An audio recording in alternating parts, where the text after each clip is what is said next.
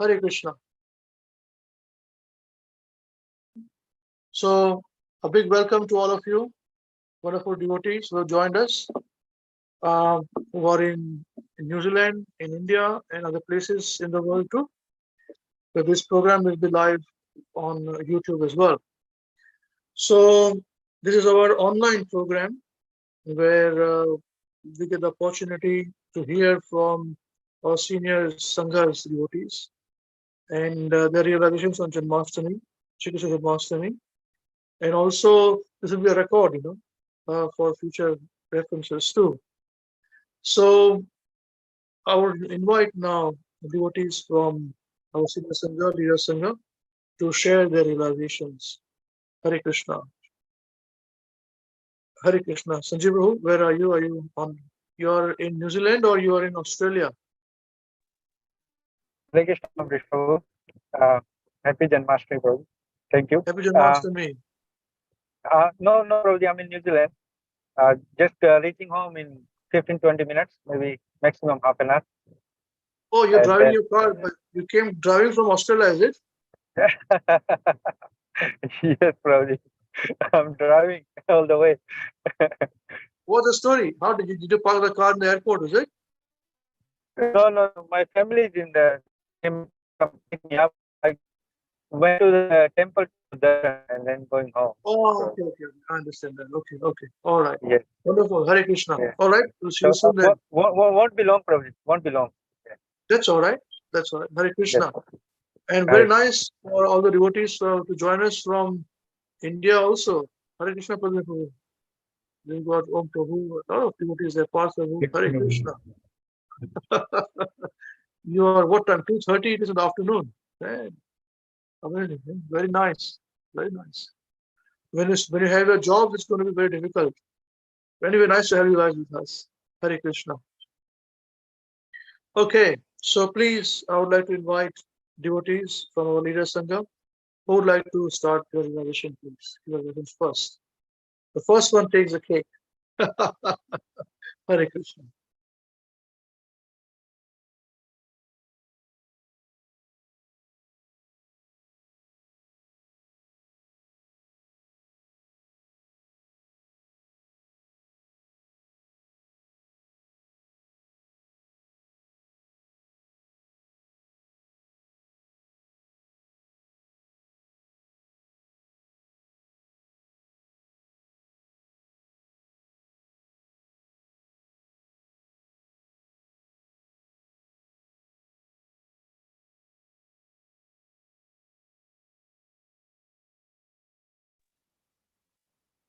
I think we should take the lead now. Let's not wait for others. Just start.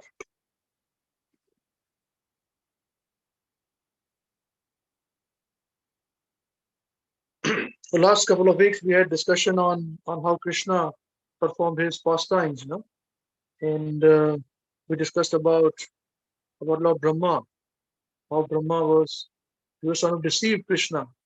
He himself was deceived. The superior power of Krishna there. So nobody can deceive Krishna. It's not possible.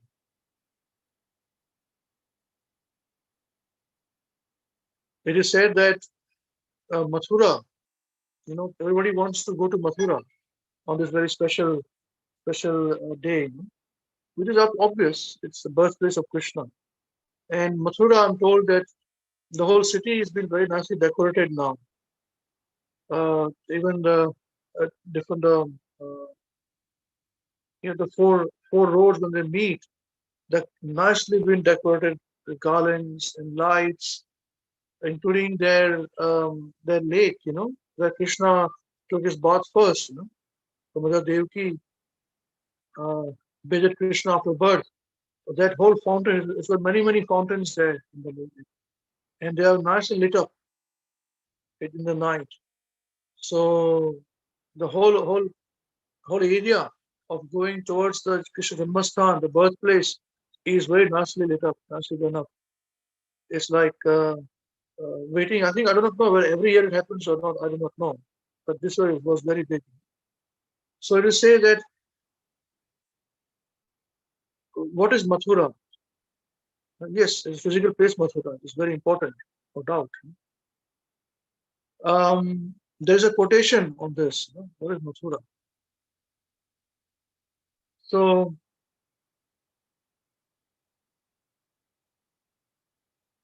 in the Bhagavatam, there are some additional notes.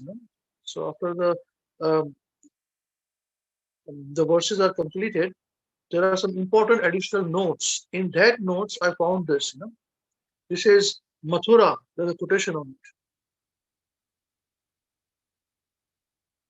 Mathyate tu jagat sarvam brahmagnanena yena va tatsara bhutam yad yasyam mathurasa nigadyate. She said, when a self-realized soul acts in transcendental position, his situation is called Mathura.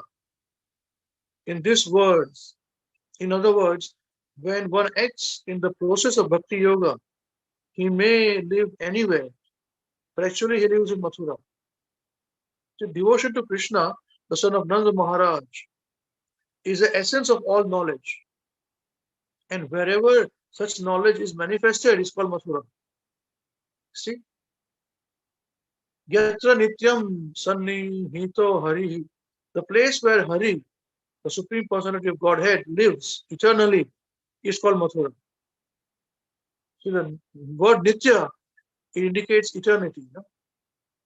The Supreme Lord is eternal, his abode is eternal, like Golok Eva Nivasati Akhilatma Buddha. Brahma Samhita 5:37.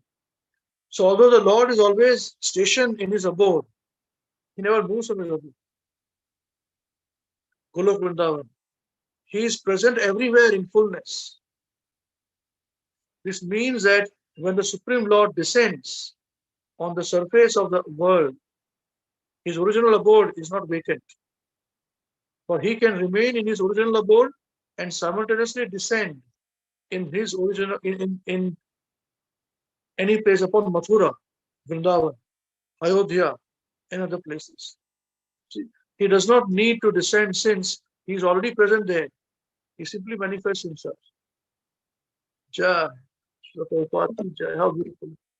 Hare Krishna. So Mathura is a place where devotees can very sincerely chant his name. That doesn't mean we must minimize the place Mathura. No, no, no. It's a very important place of pilgrimage. It is a very important place of spiritual realization. But at the same time, where a pure devotee chants his names, remembers Krishna, that is Mathura. Very simple. Devotional service is simple for the simple-hearted and complicated for the crooked. Hari Bol. Hare Krishna. So hope you have been warmed up and would like to now share your realization, please. Hare Krishna.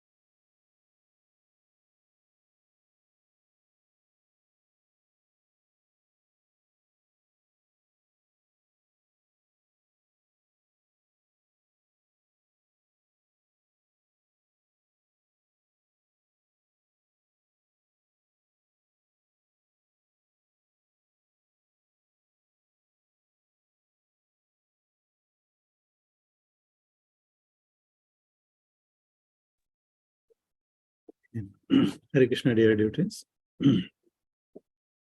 Thank you, Amrish Baba, for organizing this Janmashtami Mahotsav program today and giving us opportunity to share our realizations. So actually, I was preparing some topic to speak, but when I saw actually, the message to share some personal realizations, so I was thinking actually, reflecting actually over the last year, what we actually learned. So today actually means Lord Krishna's appearance day, Transcendental Appearance Day. So first of all, happy Janmashtami to all of you. And actually today is a day, it's like a most important day for us as a devotees, because our dear Lord actually he appeared on this in this Bharat Varsh, the Vrindavan, and it is celebrated every year. But for a devotee, actually, I was thinking, what should we actually meditate, and what should we learn? Because it made me think, what is our personal realization? Because every year we prepare and we actually talk about how Krishna appeared and his different leelas. But actually, what I should learn, or actually, what is there for me to actually improve? So in Bhagavad Gita, actually, I was listening to Srila Prabhupada's class as well, where Srila Prabhupada says that everyone want to be immortal. Everybody want to be immortal. And everyone is actually trying very hard, but nobody can stop the death. But Srila Prabhupada actually make a point that actually everyone is immortal, because as a spirit soul, we are eternal. We are part and parcel of Krishna. And in Bhagavad Gita, Shri Krishna says in chapter 15, verse 7, it's very famous verse. Mamai vamsho jiva loke jiva bhuta sanatana manha shashtani indriyani prakriti stani karishati. Srila Prabhupada ki jai. The living entities in this conditioned world are my eternal fragmental parts, and due to conditioned life, they are struggling very hard with six senses, which include the mind. So Krishna is actually confirming here that all the living entities, including us, not just human beings, but bird and beast and insects, they're all his part and parcel, amsha. So we are also eternal, but actually we always identify with the body. Even for myself, as Srila Prabhupada made very important point there, that conditioned souls, like me, they were always afraid of death. So we all go through the four stages: birth, old age, disease, and death. And we're afraid of all these things because we identify or attached to the body, and we're doing all these things. Means even currently, in our actually daily life, we try to actually do a lot of activities that are actually related to the body, not to the soul. But with actually with the fortunately, we come in actually contact with Hare Krishna WECAN, Amrish Prabhu, His Holiness Mahavishnu Goswami Maharaj, and Srila Prabhupada. And I realized that actually I'm not this body. Means I heard this many times, but when we actually started studying Bhagavad Gita in association of devotees, we realized that actually we have this information, but we always identify with this body. And that's what actually Krishna is saying here, that we are actually struggling very hard, try to satisfy our senses, and mind is always concocting, taking us away from Krishna. So the best thing for us to actually is to follow the instruction of Krishna, as it is even the Srimad Bhagavatam, very famous verse in 6th canto, where it says that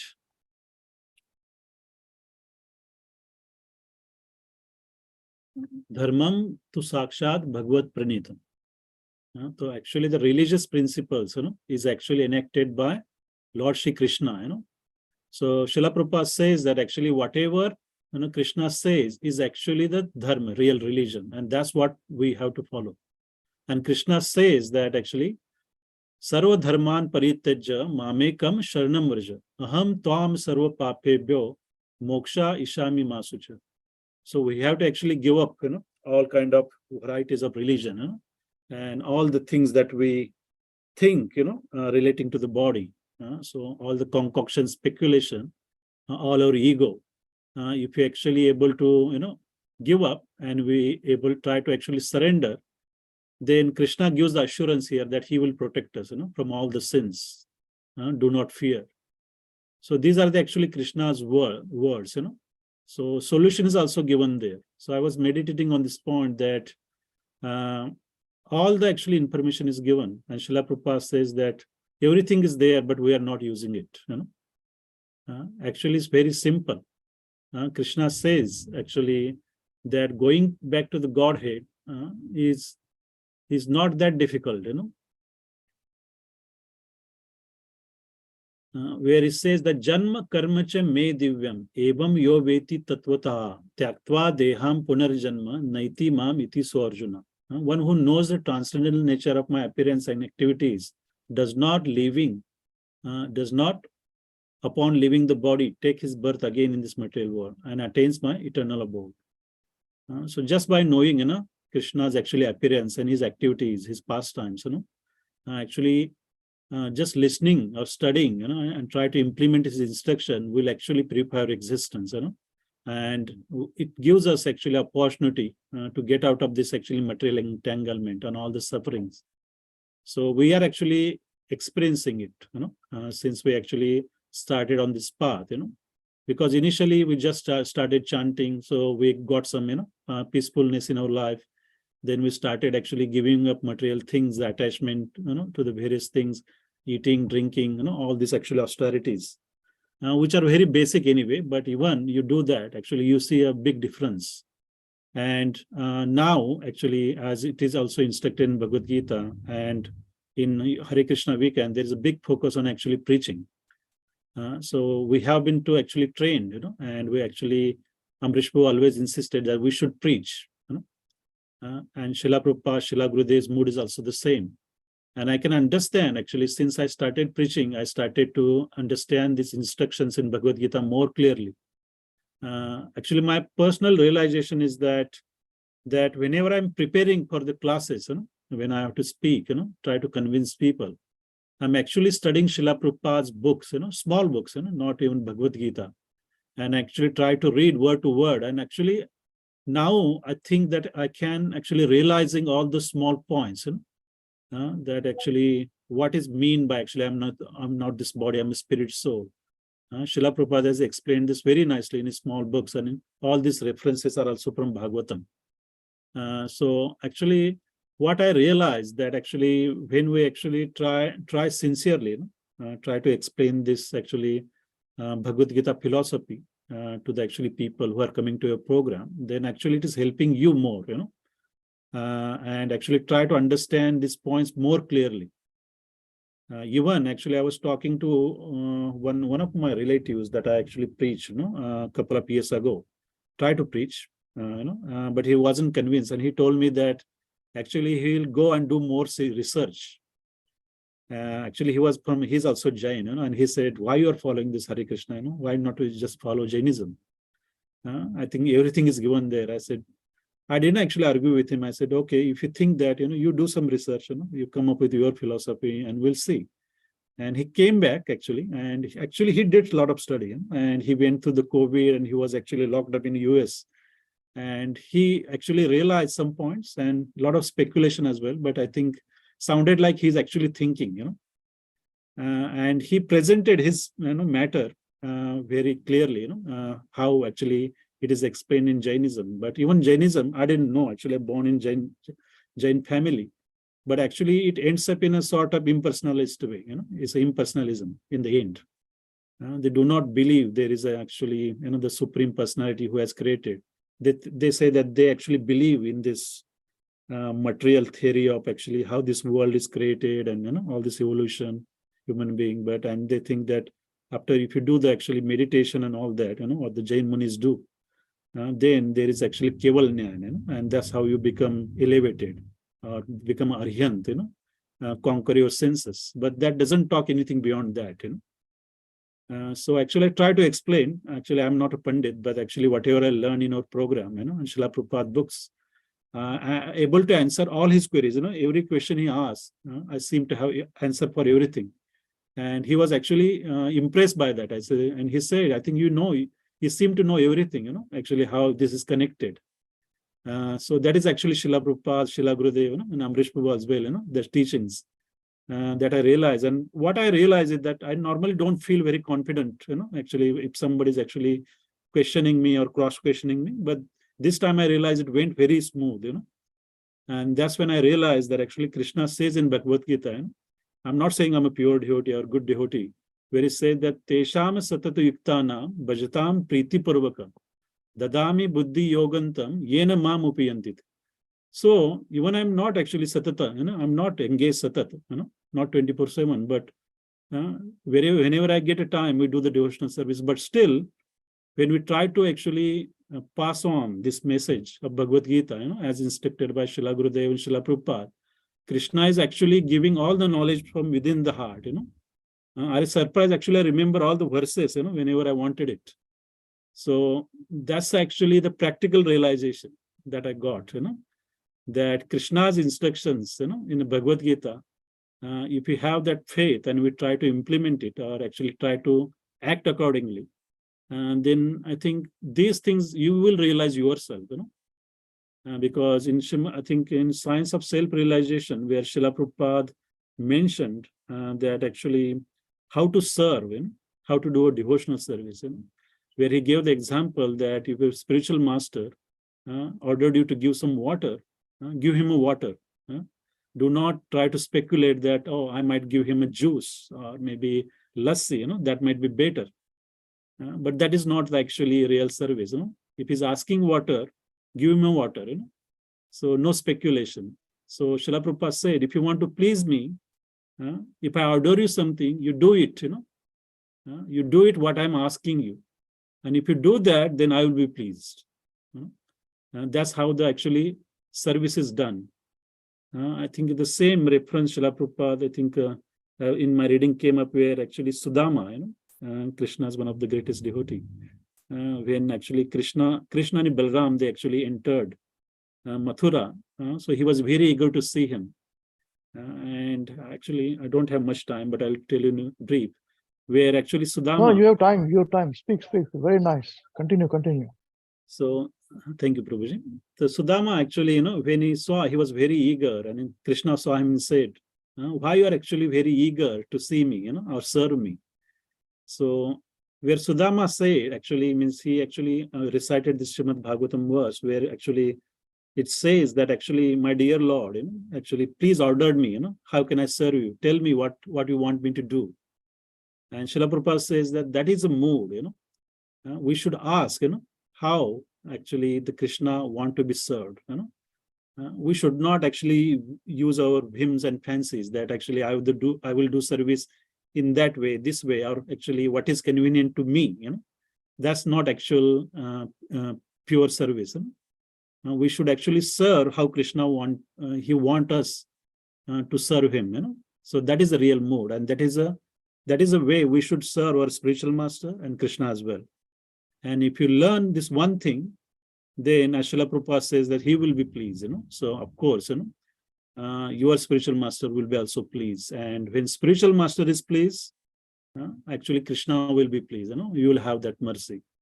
And as in Bhagavad Gita, actually, Krishna says that actually, when we follow spiritual master very nicely, his instructions, and Srila Prabhupada always instructed us that actually we should actually, learn the science of Bhagavad Gita or Srimad Bhagavatam, and we should preach, even Chaitanya Mahaprabhu actually instructed the similar thing, who is Krishna himself.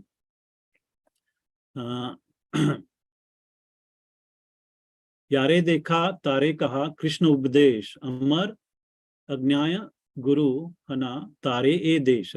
Instruct everyone to follow the orders of Lord Shri Krishna as they are given in Bhagavad Gita and Srimad Bhagavatam.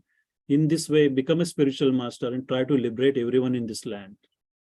And next point, Srila Prabhupada also mentioned that Bharat Bhumite Haile Manushya Janma Yara Janma Sarthak Kari Kara Para Upkara. One who has taken his birth as a human being in the land of Bharatvarsh, should make his life successful and work for the benefit of all the people. So Srila Prabhupada, means we heard this point, but actually I was actually listening to Srila Prabhupada today. And Srila Prabhupada said that actually we, especially Indians who are born in Bharat Desh, has this real responsibility to actually preach this knowledge. Srila Prabhupada said all the people around the world, they come to India, to know about spiritual things. And actually we should preach, and actually we do the parupkar. We are not interested in exploiting any other country or any other being. So if we do this, Krishna confirms that actually there is no one more dear to him than one who actually preached this knowledge of Bhagavad Gita to his devotees. So everything is given there very crystal clear, and I feel very fortunate that actually the mood of Hare Krishna WECAN is also exactly similar. We learn this philosophy from Srila Prabhupada, Srila Gurudev, and we implement as it is instructed. And actually I'm practically experiencing it is helping me, it is helping my understanding. And actually even the people who are coming to our program, it is helping them. And actually sometimes I surprise how this all is happening. And as Amrish always tells us, it's only because of Guru Maharaj's mercy all this preaching is happening. It's nothing that we are great devotees, but we are engaged by Guru Maharaj, Srila Prabhupada, Hare Krishna WECAN. So I take this opportunity, so the actually Sri Krishna Janmashtami, that I should actually meditate on this point and on this instruction. And actually, as it says, that there is no practical difference between Krishna and his instructions. So you meditate on this instruction, you are meditating on Krishna. So we have to ultimately increase the remembrance. And as Srila Prabhupada say, that is real Vrindavan. Jai. Hare Krishna WECAN ki jai. Srila Gurudev ki jai. Srila Prabhupada ki jai.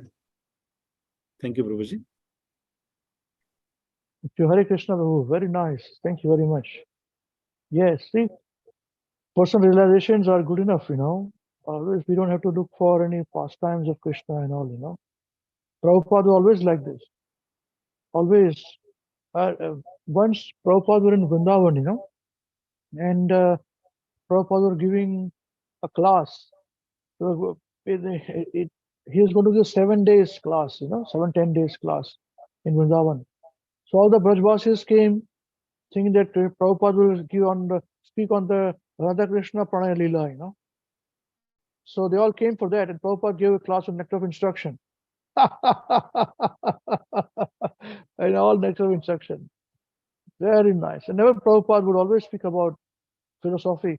Just today's quote, I was just absolutely amazed when I was researching this quote, and how beautiful Prabhupada just speaks, gives one important information for Janmashtami, and it's so powerful. Prabhupada says is that Krishna consciousness cannot be awakened for a person who wants to stay in this material world and become happy.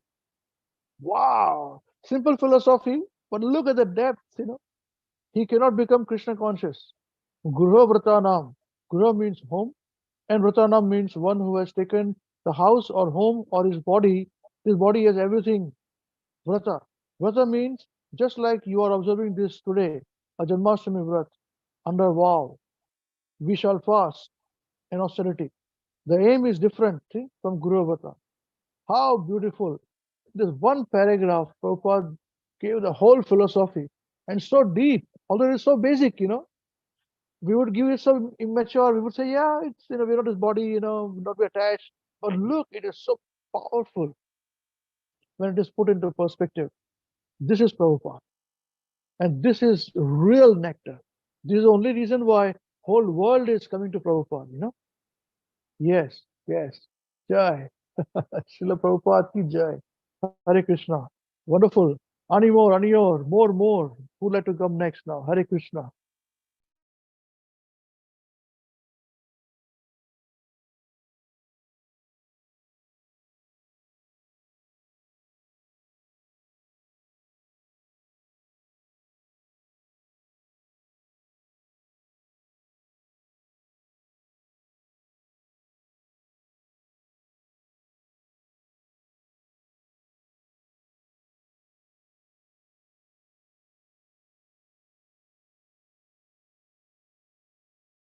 So then we'll have to start cutting time, later on then.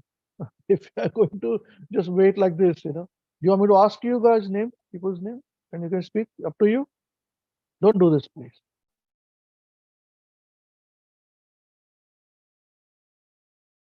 You should be jumping over each other to give, realizations. Your personal, practical realization. Janmashtami Mahotsav ki jai.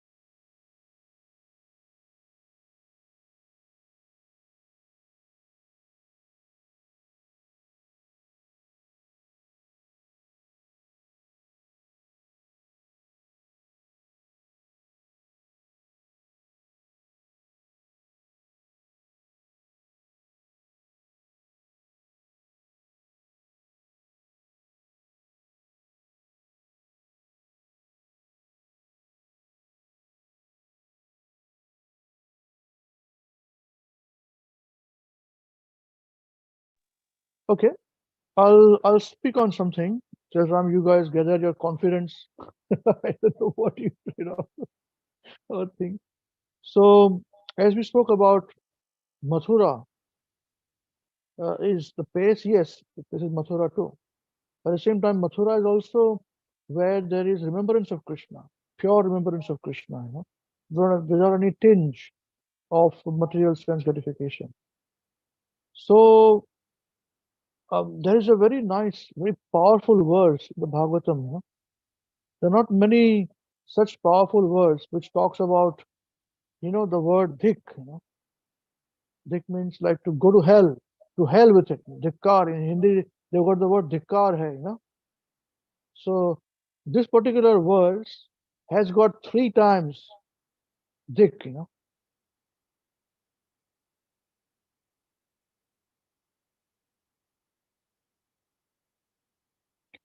Dik janma nastrivrud yatad drik vad drik vatam dik bahugnatam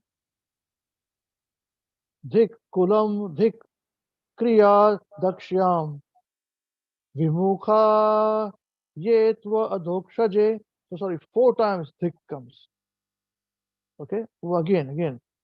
Dik janma nastri vruddhad yat tad dhigruvatam dhig bahugnatam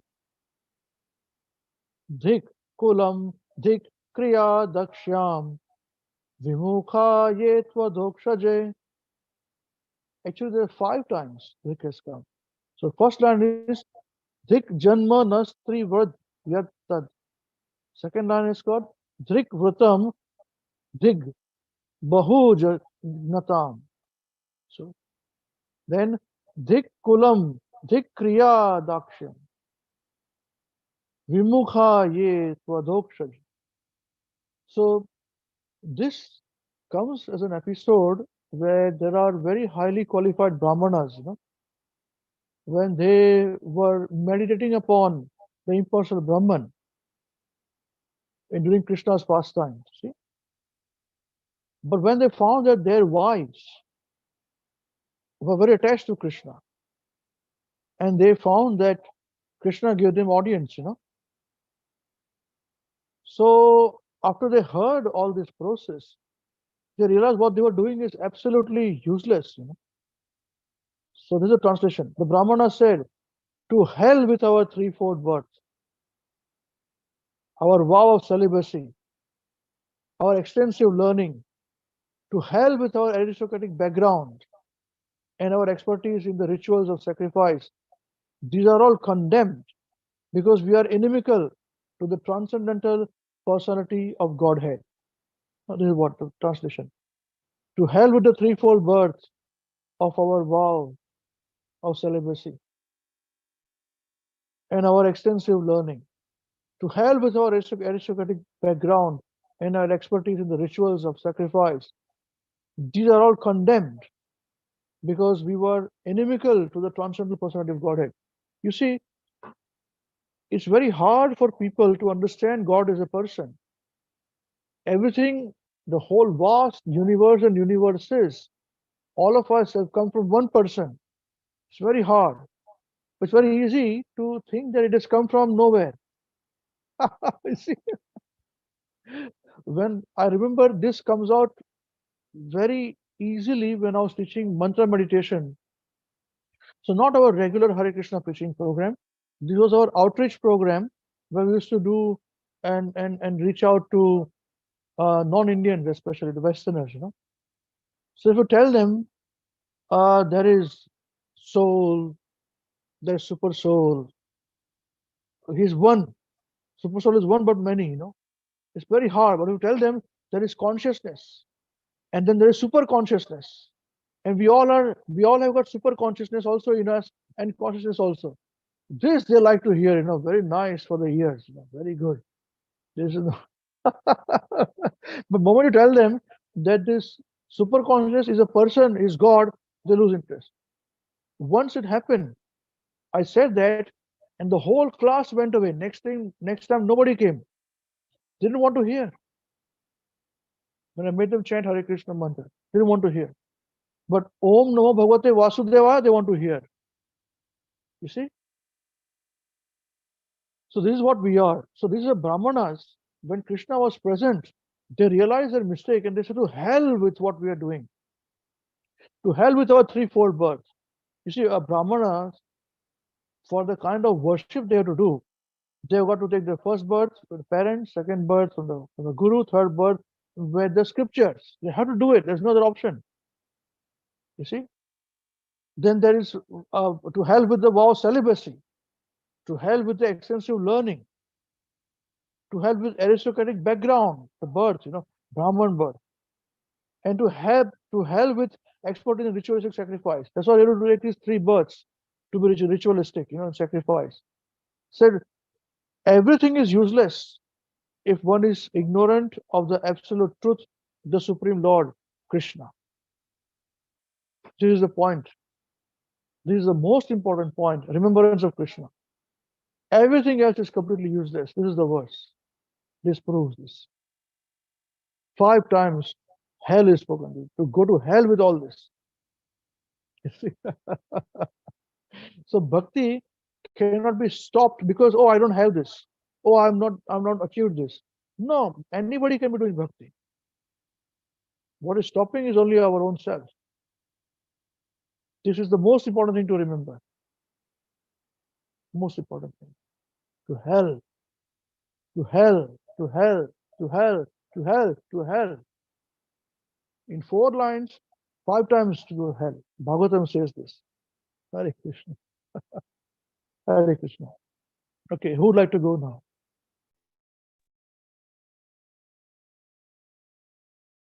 Hare Krishna, dear devotees. And thank you, Amrish Prabhu, for organizing this Janmashtami program.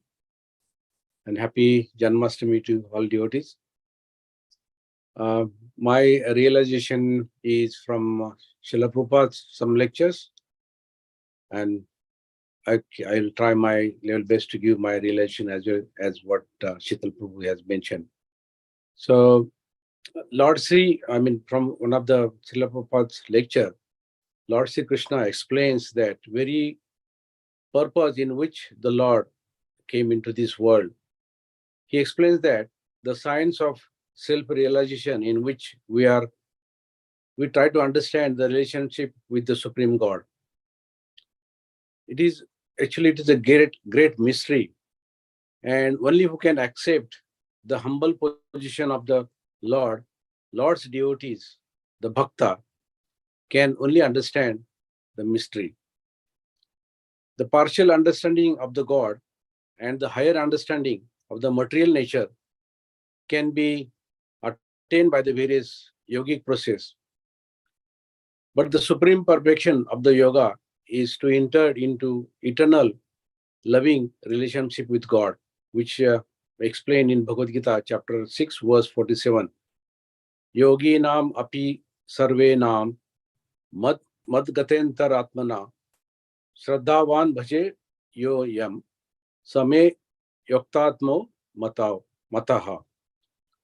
Of all yogis, one who is my devotee, the bhakta, the most intimately united with me in yoga, is the highest of all. So when Lord descends in this world, he does not descend in the intimate association of various mystic yogis and wealthy practitioners in Karmakand, but he appears with his devotees.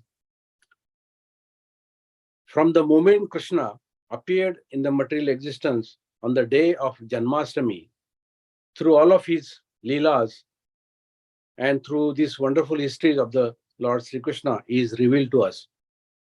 So how we can also become his devotees? Krishna explains in Bhagavad Gita in chapter 9, Bhagavad Gita chapter 9 verse 34 that Manmana bhava mad bhakto mad yaje ma mameskuru. Always think of me, worship me, offer your homage to me. In this way you can come to me without fail. So here actually when I join in Namhata program, let's say 8-10 years before, and I used to think whether it is possible for me, but it made possible for me just because association and the association of the devotee and the rigorous training from uh, His Grace Amrish Prabhu.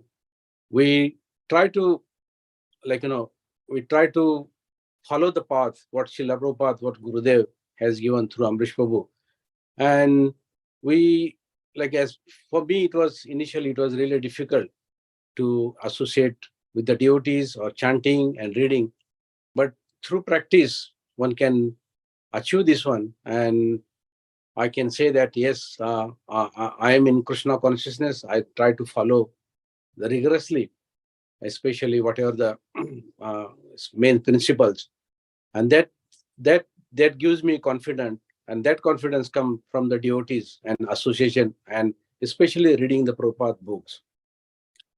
So the appearance of the Lord and some pastimes, Janma Karma Chami Divyam, that's in Bhagavad Gita chapter 4 verse 9, where Srila Prabhupada explains that when the Lord appears in this world was completely a spiritual activity. It has nothing to do with the material karma. And the one who understands this supremely divine nature of Krishna's appearance and his activities attains his eternal abode. When Krishna appeared in this beautiful forearm from the Narayana as the form, as the Lord of Vaikuntha, the majestic king of all creation, but on the request of the Devaki, he changed his form to that which appeared like an ordinary baby. From upon to his request, Vasudeva brought him on the way, the very night, across the current of the river Yamuna to the holy land of Vrajabhumi. And there the highest spiritual ecstasies and the deepest realization of all the Vedas were revealed to us. How Vishwambhar, the nurture of the all universe, was being fed milk and the motherly love by Yashoda. How the Lord, who by his mere will can destroy all the creation, and who appeared as the Lord of chastised all the religion of the world, how he was running, trembling, the fear and tears in his eyes when Mother Yashoda lifted the stick to punish him, and how when playing with his small friend as a baby child, they just saw him as one of them. But yet, Krishna understand that the baby child was none other than his lifelong enemy Vishnu. And he sent, yet the Kamsa understand that the baby child was none other than his lifelong, but his enemy Vishnu. And he sent the most powerful asuras of all the planets of this universe specifically to kill the little child. One came in the form of whirlwind. His name was Trinavarta. He came as the wind and dust was flying everywhere, and the whole of Rujabhumi became the pitch dark. If you remember, not long ago, a massive cyclone struck Bangladesh. Prabhupada says that Bangladesh, and killed tens of thousands, and they left millions homeless, and within the matter of minutes. But this asura took the form of whirlwind, and the cyclone far greater than, and he lifted Krishna high in the sky. But the little child, who was the half the size, this little girl sitting before, the little child who was half the size of the little girl sitting before us tonight, he decided to enjoy taking the ride on his big demon. You know how little children like the ride? Sometimes they go survival and they ride in the Ferris wheel, or on the back of their father, or on the horse. Children like take the rides. So Krishna was taking nice ride higher and higher and higher in the sky without changing the small little baby size. He assumed the weight of the massive mountain, and he became so heavy that Trinavrata could no longer endure holding him, and he came crushing to the ground and died. And Yashoda Mai and the other gopis, they were looking, where is the Krishna? When they finally saw that the Krishna demon was, when they finally saw that the demon who tried to kill Krishna, and was then he was crawling like a little boy on the ground, and they lifted him up and began to perform different rituals to protect him from the future dangers. Another great asuras appeared in the form of cards, Shaktasur, and Krishna was just tiny baby, and he was put under his cart, and the demon was about to crush him and destroy him, but the Krishna, with his tiny little lotus feet, which is soft like a butter, and innocently and lightly touched the wheel of the cart, and just by the little touch of the lotus feet of the massive Rakshasa was killed and fell on the ground. So in this way, we must know that the Krishna is not the ordinary living being. He was the Supreme Personality of Godhead.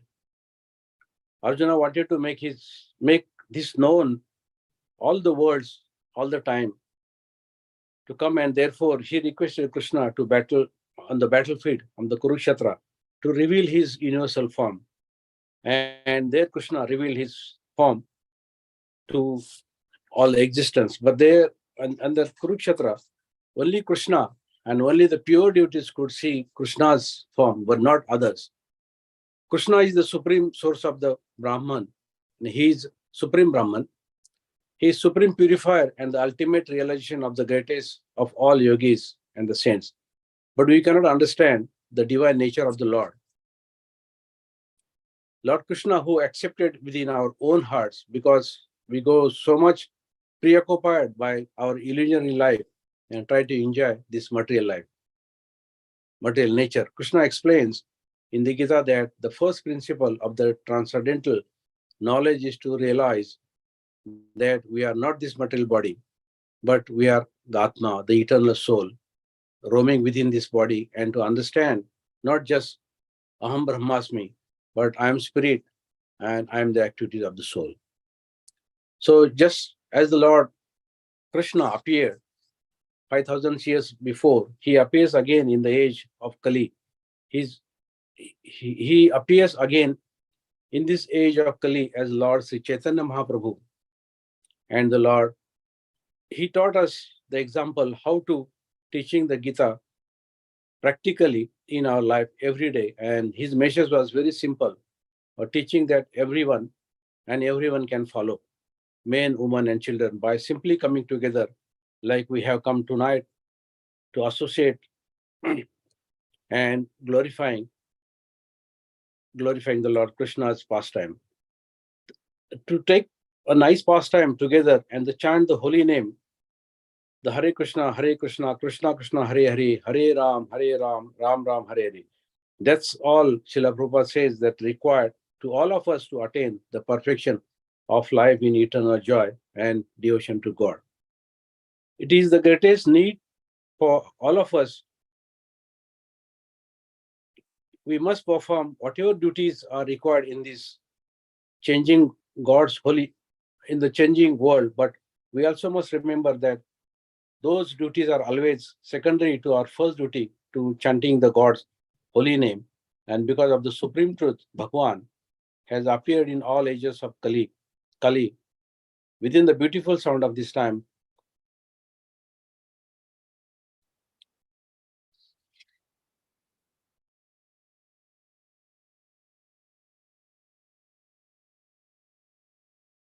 the God's holy name, because the supreme truth, Bhagwan, has appeared in this age of Kali, within the beautiful sound of his name, Kali Kale Nama Rupe Krishna Avatar, that all the wonderful blessings that were given to residents of Vrindavan, Dwaraka, Mathura during Krishna's advent in this world can experience all of us today when we purely chant his holy name. Hare Krishna. Thank you.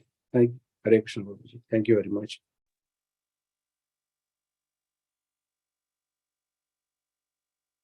Hare Krishna.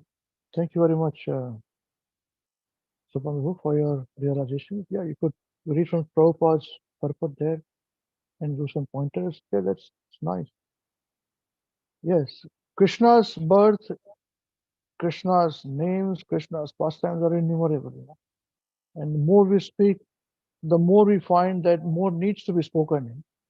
For our own realization, we cannot speak anything. Ananta Shesh, who is Lord Balaram, Sankarshan, on whose bed Lord Vishnu resides, he rests. He's been constantly glorifying the qualities of Krishna. And still not able to complete. He's got unlimited hoods, thousands of hoods. In each of the hoods, there's one universe. You see, he's not able to finish. They say Ananta Hari Katha Ananta. This Anant, it's unlimited. Yes. So what are we to glorify? It's for our own personal purification that we are speaking. And that also what we learn through mercy of Srila Gurudev, Srila Prabhupada. Srila Prabhupada are the powerhouse of everything. Only because of him we are learning this. Okay. Who would like to go now? Please feel free. Hare Krishna. Hare Krishna, dear devotees. Thank you very much for your wonderful realizations, as usual. I have my realization on my phone, so I'm not sure if it will be seen, but I'll try to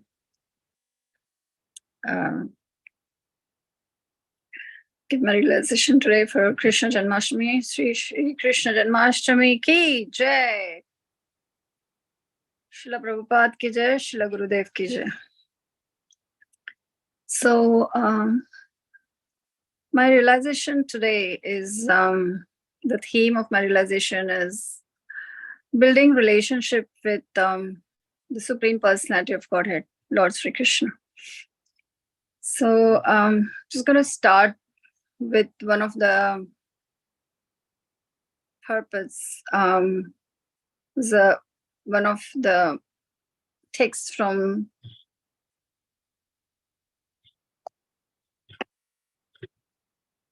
Srila Prabhupada's purpose in Sri Chaitanya Charitamrita.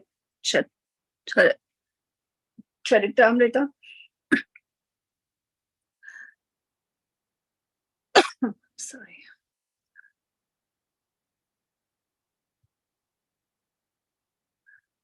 One should try to purchase a ticket to go back home, back to Godhead.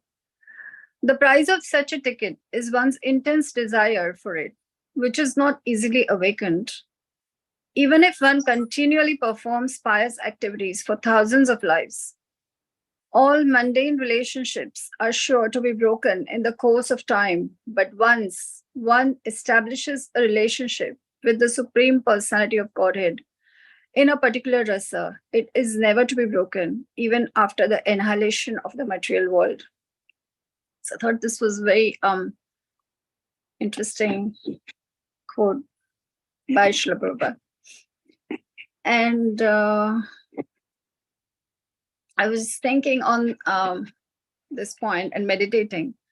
And I was thinking in our life, we, all of us are always trying to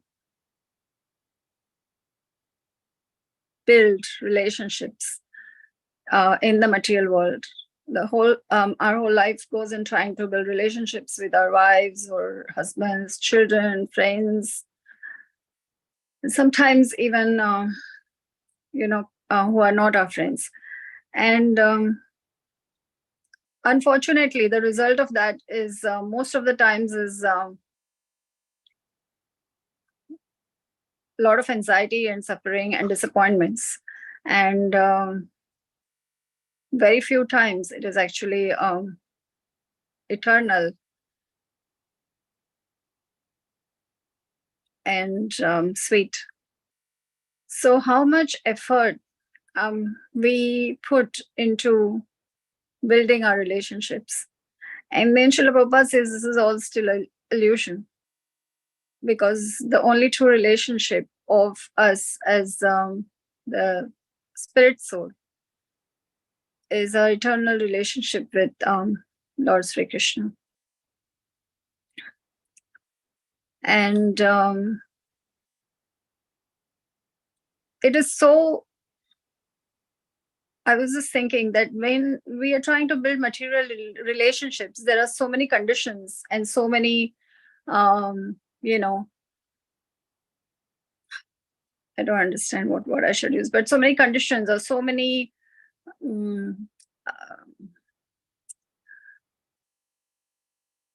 not getting the right word here, but so many conditions to having a relationship usually. Whereas when we're trying to build a relationship with Lord Krishna, there is no condition. Actually, your love for Lord Krishna should be unconditional, unmotivated.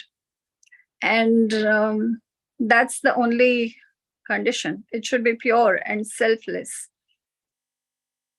And that's, I think, I was just meditating. It's quite a reasonable expectation, I would say, for any genuine relationship. Whereas there are so many factors, so many external, internal, adibhautik and adhyatmic factors that affect our relationships also. And there's so much waste of time in that. Sometimes, I feel like you try so hard to build a good relationship with some people. You build it very easily. It just flows. It's very organic. And with some, it's just not possible. No matter what you do, you just cannot, satisfy them or please them. And obviously, the fault, as if we really are reading Srila Prabhupada's books, the fault lies with us. And it becomes very, it can become very frustrating as well. So I was meditating a lot upon this and had a lot of conversations even at just generally with friends and at workplace or, with devotees sometimes as well. And I was thinking that the amount of time, the amount of energy, the amount of effort that goes with all of that, and the result of that is completely, because I'm an accountant, so I always look at the profit, the benefit of what I'm doing. So I feel like there is so much debit and there's nothing, no credit sometimes, Whereas if we really, really are sincerely trying to build a relationship with Lord Krishna, then there is only credits. And yet it doesn't go in, at least in my head, I always say this to myself that why am I not putting that effort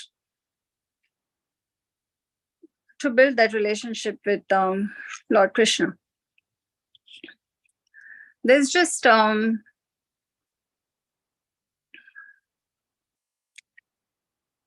a few other quotes that I would like to share. By culturing devotional service, the devotee gradually comes to understand his actual relationship with the Supreme Personality of Godhead. This understanding of one's pure spiritual position is called Swarupa Upalabdhi. And when one attains that stage, he can understand how he is related with the Supreme Personality of Godhead as a servant or a friend or a parent or conjugal lover.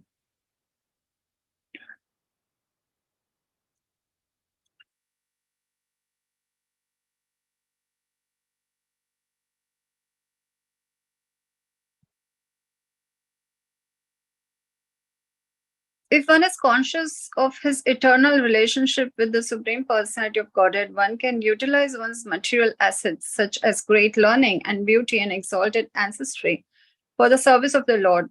Then such assets become glorious. In other words, unless one is Krishna conscious, all his material possessions are zero. But when the zero is by the side of the Supreme One, it at once increases in value to 10. Srila Gurudev also used to quote this, that everything in our life without Krishna is zero. And Krishna is the one. Like if you add one, then that has value. And I found that very, very inspiring and something I always remember in terms of when we're trying to do any activity, which is there are so many activities that we are performing every day, and then that might be outside of somewhere where you're trying to build a relationship with Krishna. And those activities are literally zero. That's what it is. And so that's the process that I'm trying to establish and get serious about, and try to tell myself every day that, my Prabhuji always says, when you're doing any activity, you just ask yourself this question: is this helping me in my devotional service or is it not? And I really like that. It's a very nice, small thing, but a very vast thing to remember. And in that, slowly, with the mercy of all the Vaishnavas, I'm hoping to come to a point where I can focus on the real relationship in my life rather than everything else, which is, not helping me to be Krishna conscious. So by choice, choosing your association, choosing the association of devotees, and choosing your association of like-minded devotees, which can help one to progress in Krishna consciousness, and not get carried away by other things in life. Hare Krishna.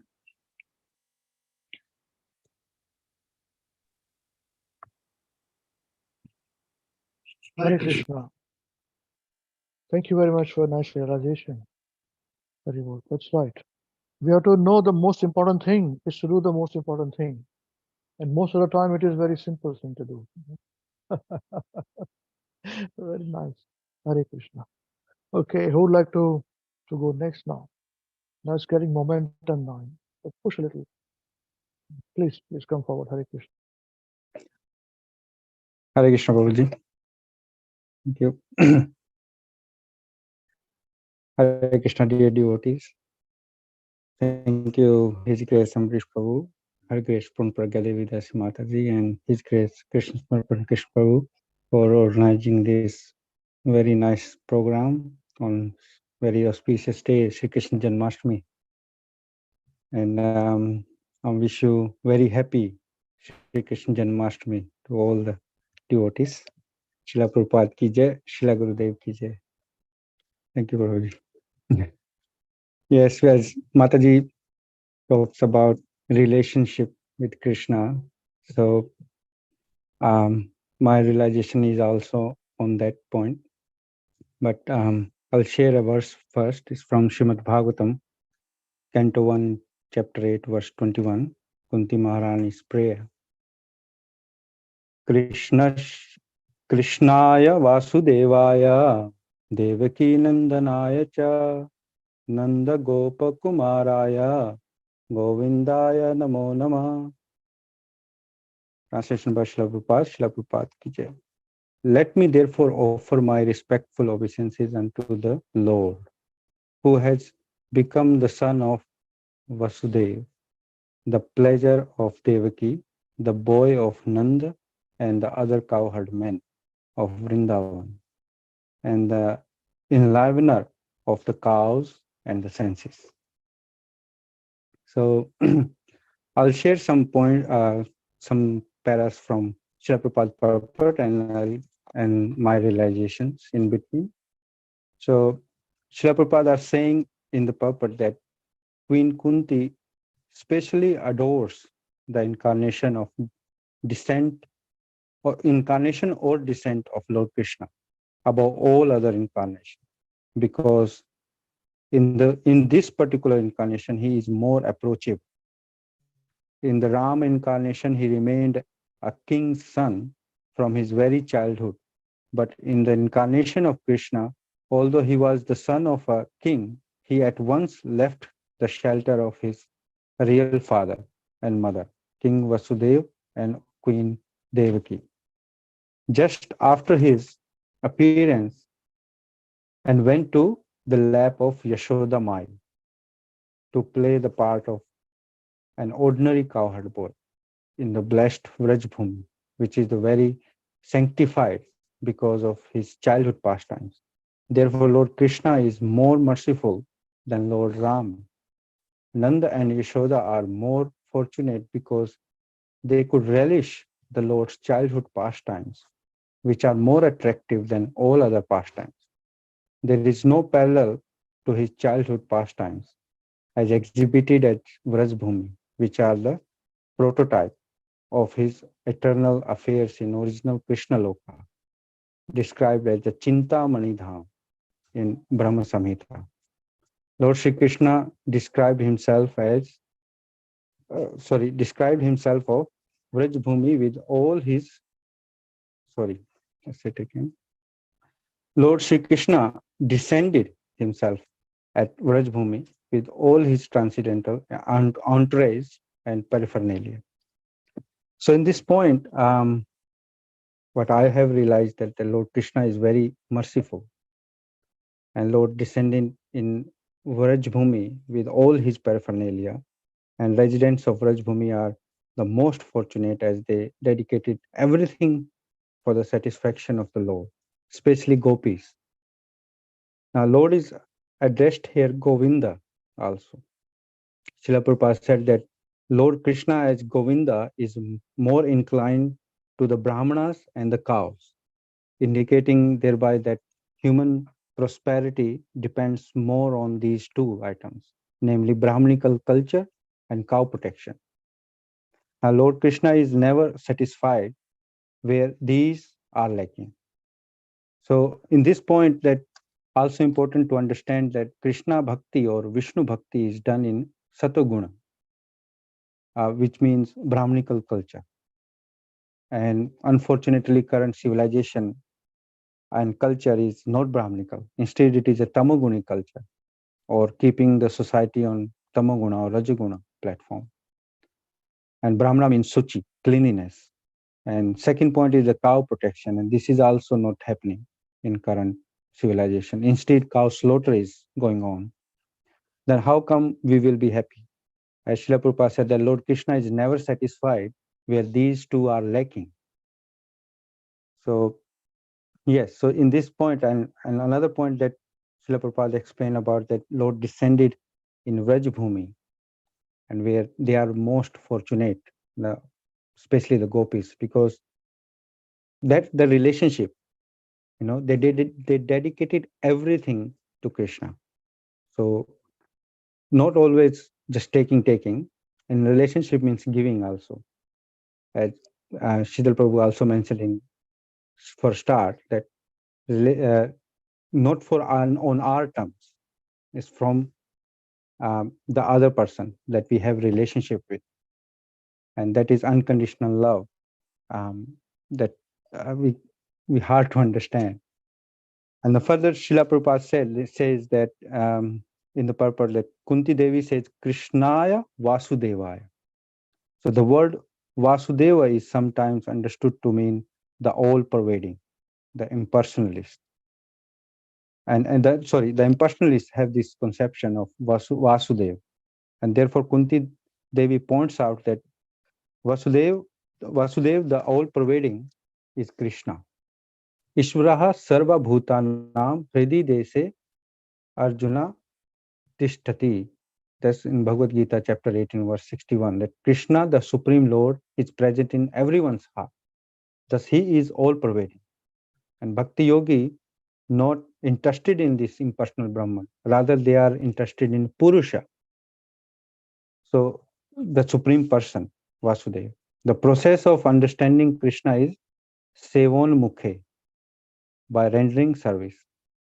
And Srila Prabhupada quotes this very often, Sevon Mukhe Jivado, means the realization of Vasudev is possible by rendering service, beginning with tongue. So the tongue has two functions, to vibrate and to taste. So if one repeatedly hears and vibrates the Hare Krishna mantra and taste prasad, food offered to Krishna, by this very simple method, one will realize Vasudev, Krishna. And Krishna will reveal himself. It is not that by the endeavor alone we can understand Krishna, but our endeavor in loving service will make us qualified. Then Krishna will reveal himself. So this point, I realized that although Krishna will reveal himself, but we have to become qualified, because it's not very cheap. It's not cheaply done. So we have to acquire this qualification. So how we will become qualified?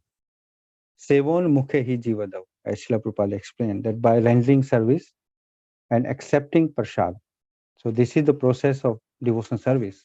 And following devotion service, we render service to Lord in different rasas, in relationships. And Srila Prabhupada explained that in next point, that Devaki Nandanaya. Krishna comes as Devaki Nandan. And his father is Nanda Maharaj or Nanda Gopa and Nanda Maharaj. So Krishna likes to be related with his devotees, who acts as a father or mother. So although here in this material world, we try to make our relationships with Supreme by accepting him as father, but Krishna wants to become the son. He takes pleasure in becoming the son of a devotee. Ordinary men wants God as their father, but that is not very pleasing to Krishna, because the son always bothers the father. Give me this, give me this, give me this. Of course, Krishna has immense potencies by which he can supply everyone. But here the point to be noted, and the point I realized, that Krishna, first of all, that Krishna wants to relate with his devotees. So we want a relationship. And second, the not relationship like always give me this, give me this, give me this. We have to give also, like Krishna wants to be his son. So the main point is that relationship with Krishna. In loving relationship, we always render service to a person, whether our children, our parents, our friends, or lover, or master. But these are the main rasas.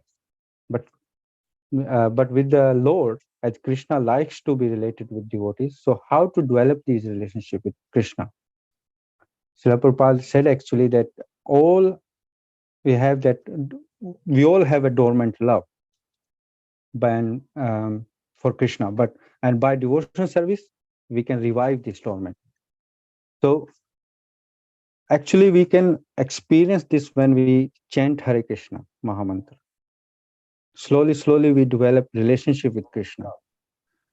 First, we associate with like-minded devotees and develop relationship in service mode, which actually enable us to receive knowledge.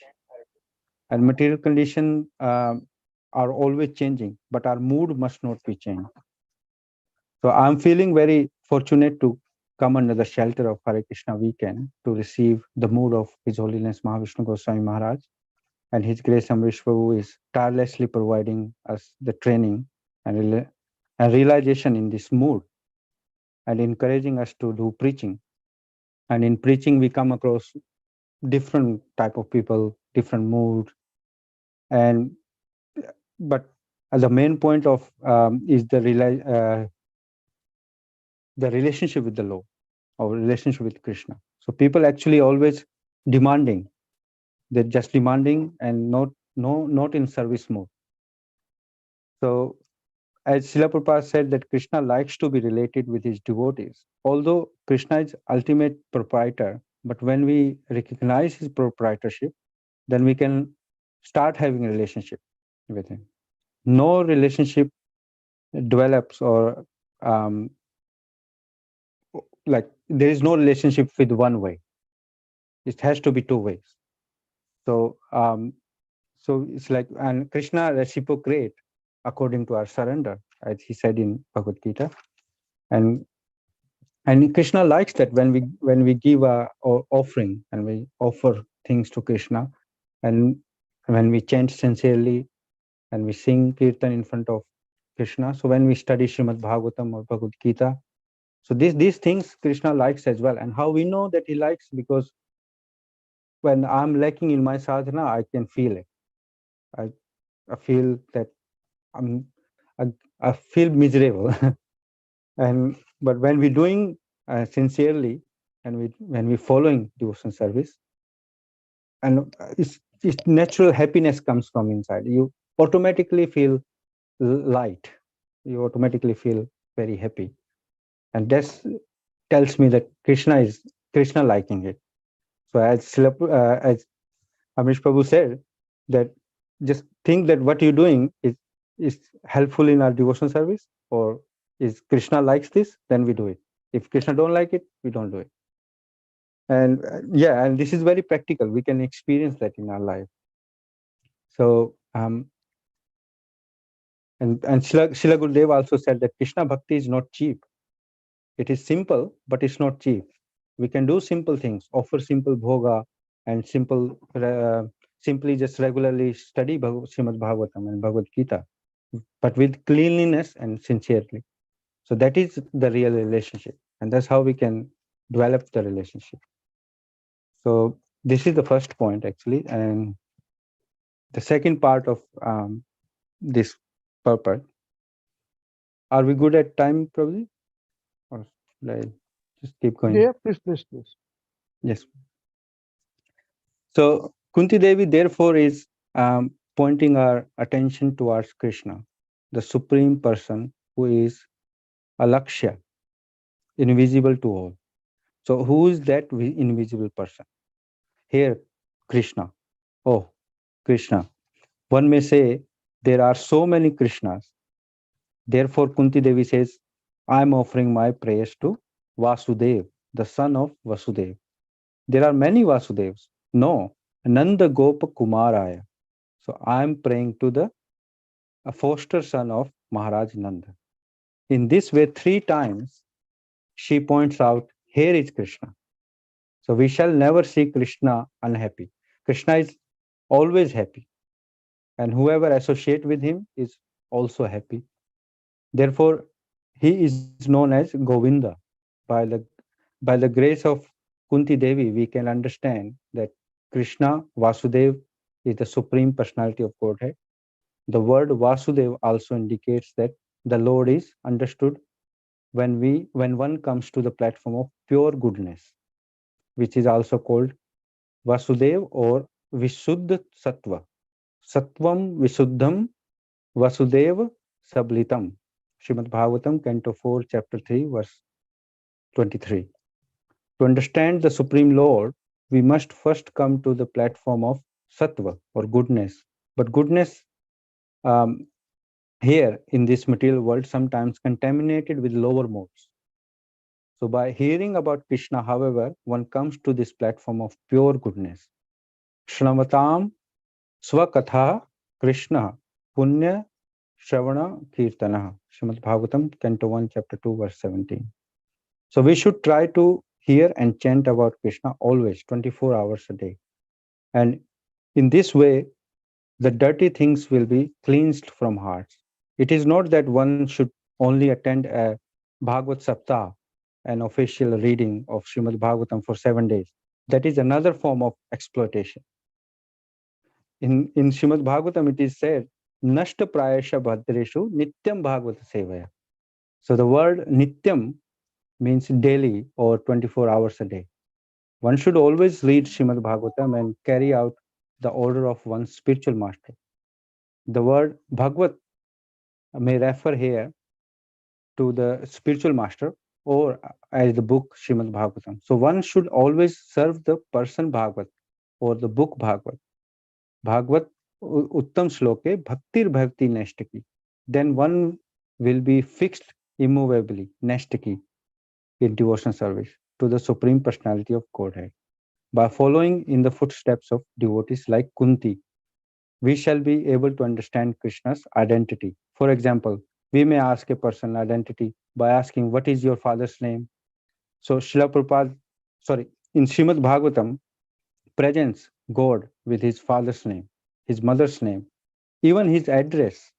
And we are not impersonalists with vague idea of God. If one takes advantage of the Krishna consciousness movement, one can understand God perfectly and completely. Jai Srila Prabhupada ki jai. So in the end, the main point, I have realized that God is a person. And from Srimad Bhagavatam, we can know and understand his birth, his activities. By knowing and understanding his transcendental pastimes, we get freedom from the clutches of Maya. Actually, there is no other way. By the causeless mercy of Srila Prabhupada, now everyone can read Srimad Bhagavatam and Bhagavad Gita, which is available in many languages. Nityam is important here. Nityam Bhagavat Sevaya means daily we should read Srimad Bhagavatam and Bhagavad Gita. Like daily we take shower, so we clean our body. So daily we read Srimad Bhagavatam to clean the contamination from our heart, and and this purify us, and then we get peace and satisfaction, because Krishna Surya Sama and Maya Andhakar. So people get, like we see that people getting intoxication. They go to pubs, they go to clubs, or they drink. Why? Because they want to forget their miseries, and they just try to enjoy in that way. But if we think practically, that when we read Srimad Bhagavatam or Bhagavad Gita, or for example, we attending this program now, there is no question. We're not focusing on those miseries or focusing on our problems. We are here. We are in this mode. So we out of it. So we don't need to drink. We don't need to do intoxication. This is our intoxication. And this intoxication is like, it's not costing our health. It's not costing our money, nothing. So this way we can do, this is a practical way as well. So this is a, So these miseries, and we try to be happy, but it's even putting them in more misery when the people doing intoxication. But when we study Srimad Bhagavatam and hear Krishna Katha, we do not think any material things. So we directly associate with Krishna and do, and no question of miseries. Even this practice will eradicate our miseries.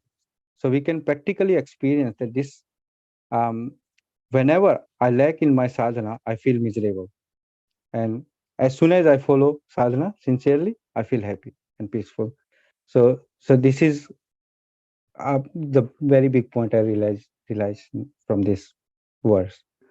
Thank you very much for this is my realization. Hare Krishna. Okay, Hare Krishna. Thank you very much, Niji Prabhu. Hare Krishna. Yes, very nice realization. Hare Krishna. Who would like to go next now? Please feel free. Hare Bol.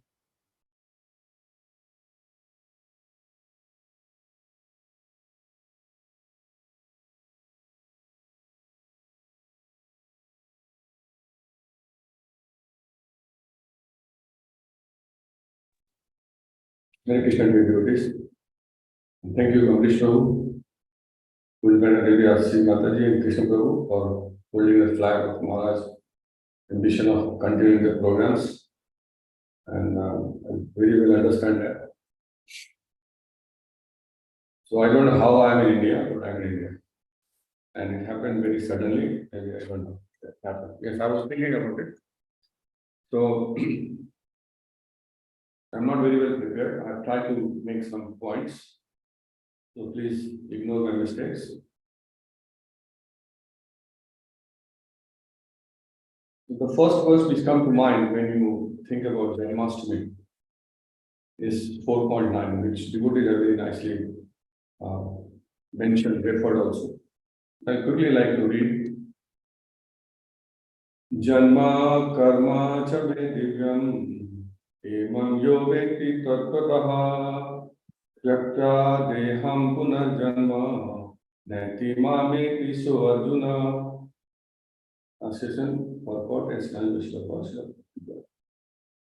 So one who knows the transcendental nature of my appearance and activities does not, upon leaving the body, takes his birth again in this material world, but attains my eternal abode, O Arjuna. So message is loud and clear. The problem is how we understand it. And you are all trying to understand it. So there are two words, Janma and Karma. Shame Divyam. So we are talking about Janma today. We are celebrating Janmashtami, and luckily we are celebrating Janmashtami twice today. One with you, and then later with other devotees here in India. Yeah, so doubles that. And we are thinking, devotees asking me that how we will celebrate Janmashtami. I said, okay, by attending the programs. So how easy is this? That we are doing Janmashtami, glorifying the scriptures, devotees, Prabhupada, remembering Krishna, a different mood, different realizations. So yeah, and when you go to temple, all goes to them. I think nobody from us actually would go to temple because they're busy celebrating Janmashtami at home. So when it is loud and clear, these 702 verses Krishna has given us at the beginning of creation, and they're still same, nothing has changed. But we're still trying to understand, everybody trying to understand everybody, and we all understand why everybody is confused. And there are people who don't get confused, and there are people who get understand, they understand as much they want to understand. So for me, it was, if it was not Srila Prabhupada, I would not have been here. And what we do when we read Srila Prabhupada's sentences slowly, purport sentences, we look, time. How knowledgeable. I said, no, it's not me. These lines, Prabhupada and these realizations, they make so much sense. And because of Srila Prabhupada, we are here. Because of Srila Prabhupada, wherever we are going, whatever understanding, depending on desire, like Mataji said, relationship. Yes, that's also a desire of devotees. They have different kind of desires. So the Janma Karma Chame Divyam, in the first line of that, what Prabhupada writes, means we all understand Achinta Veda with philosophy. So we understand. You cannot understand this, so forget it. So we cannot understand Krishna, so we cannot go back to Godhead. Yeah, Achinta Veda philosophy. So Prabhupada writes in the first line, the Lord descent from his transcendental abode is already explained in the 6th verse. So I quickly read that 6th verse to bring it in reference so that we are on the same page. Ajo api sanna avyatma bhutanam ishvaro api san prakritim swamadhisthaya sambhavami atmamaya. Translation: although I am unborn and my transient body never deteriorates. So in 4.9, Krishna talks about those who understand Janma Karma, and here he says I am unborn. And that's where confusion starts. But not to the devotees. Not to the devotees. Non-devotees, so I'll also try to refer to that. discussion. Although I am unborn and my transited body never deteriorates, and although I am the Lord of all living entities, I still appear in every millennium in my original transcendental form. So how a non-devotee or even a devotee can understand this? These two verses.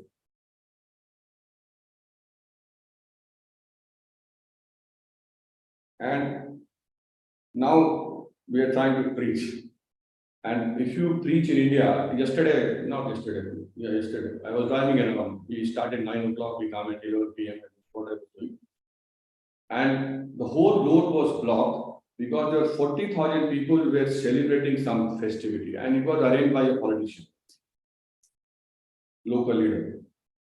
And I was told that this is very common now.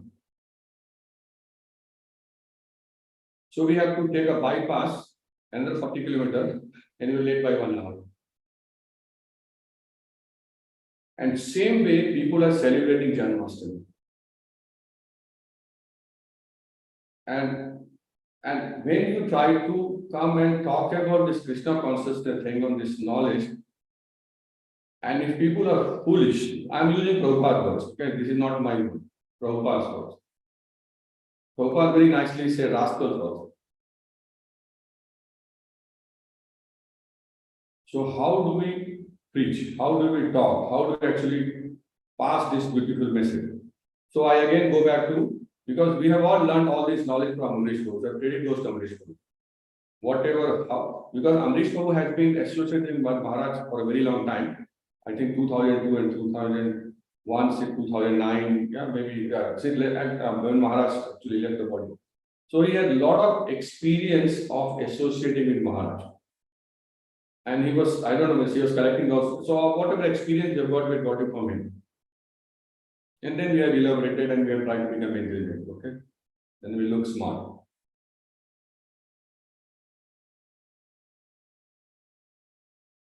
So this Janma karma and this unborn. And then again, we can find so many things like this in Bhagavad Gita and Bhagavatam, where people just cannot understand. Again, this is creation of Krishna. And Bhagavatam, first one, Janmadhyasya. It is starting with confusion. Nobody can understand me. So this is our situation. This is how unlucky we are. This is how unfortunate we are. We are in such terrible situation. And it is actually impossible. And then when we try to understand Janma karma, okay, then we listen to the story and even when I was reading Canto 10, I was trying to make some notes. I said, even Prabhupada has given so many nice purports, and also those worship prayers by demigods and all that. Krishna's pastimes, even at the time of birth, are beyond my understanding. How there's so many things. I'm still trying to figure out that what Prabhupada is trying to write. So by doing that, Jai Kanhaiya the Janma Karma Chamen Divyam was, I think, this is my relation, is not possible to actually achieve.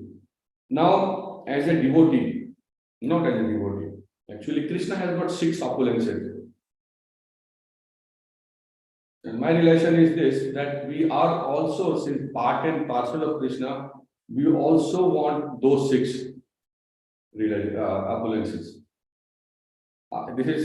And those 6 are fame, power, wealth, beauty, knowledge, and renunciation. I don't know where we fit. Because we are part and parcel of Krishna, Krishna's 6 opulences. That's why devotees are always opulent. If you look back at Srila Prabhupada or any pure devotee, when this question of 6 opulences comes, and we all say that Krishna attracts, it is so natural. It's so natural. And that's why people are exploited. That's why people are misguided. That Krishna attracts.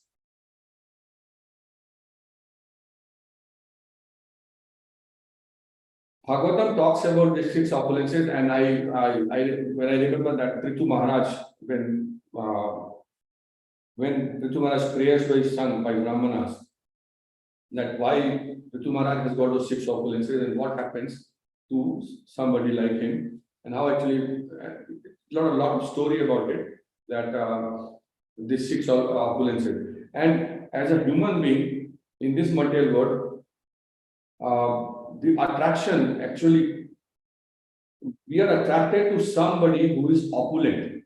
This is a natural propensity. Somebody attracted to something, somebody attracted to something, somebody attracted to something. This attraction is again Krishna. This is Krishna energy.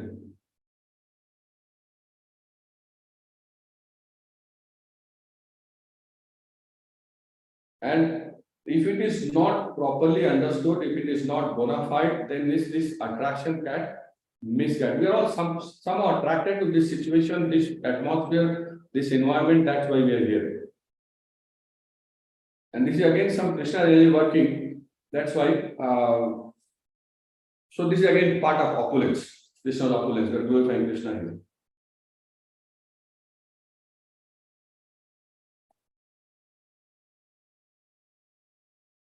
Then the other thing which came to my mind was Chaitanya Mahaprabhu is talking to some Mayavadis, similar situation, and those Mayavadis actually are influenced by Shankaracharya. And then these 6 opulences, the argument which Mahaprabhu is giving, it comes to this, and I would like to read those translations where Mahaprabhu is talking about those statements, those things, that how he is saying that why, because what those Shankaracharya followers have done, they say that Vyasdeva has confused, and so I'll quickly read this, and so that it makes sense.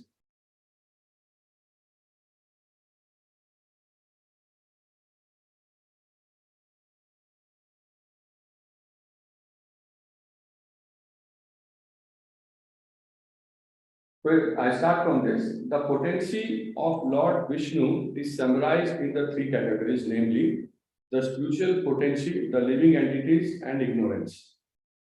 The spiritual potency is full of knowledge.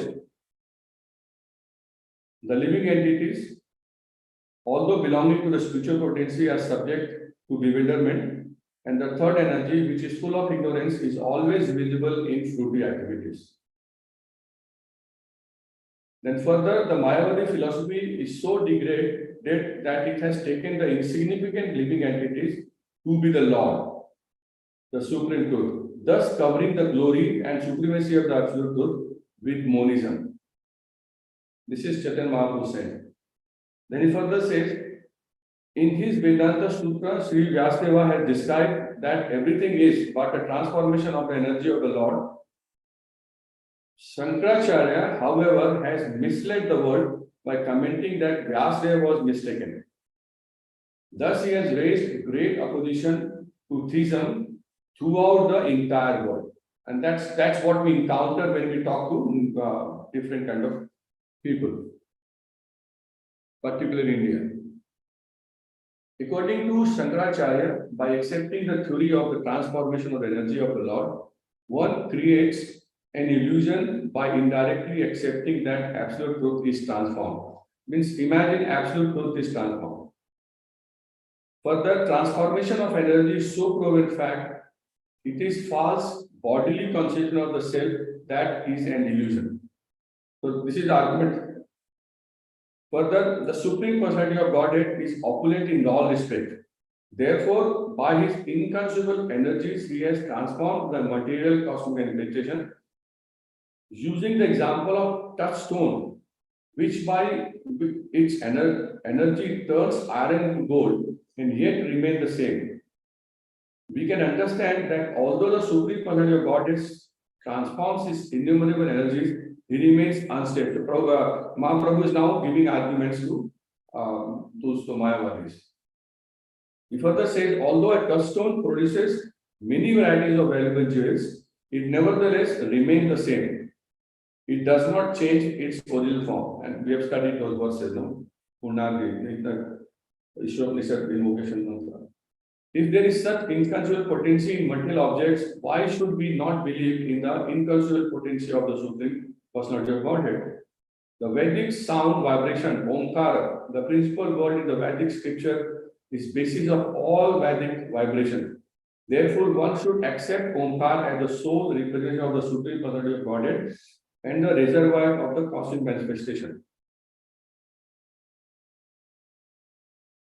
Prabhupada written a big purport on this, so I am not going there. Further, it says, it is the purpose of the Supreme Personality of Godhead to present Pranava, Omkara, as the reservoir of all Vedic knowledge. The words Tat, Tvam, Asi are only a partial explanation of the Vedic knowledge. He is giving counter argument. Pranava, Omkara is the Maya, is the Maha Vakya, Maha Mantra in the Vedas. Shankaracharya's followers cover this to stress without authority the mantra Tvam Tvam Asi. And that's why 40,000, 50,000 people come together. They are already, Prabhupada said, they are fools. And then these kind of people are misunderstand and misguide people. Further, Mahaprabhu says, in all the Vedic sutras and scripture, it is the Lord Krishna who is to be understood.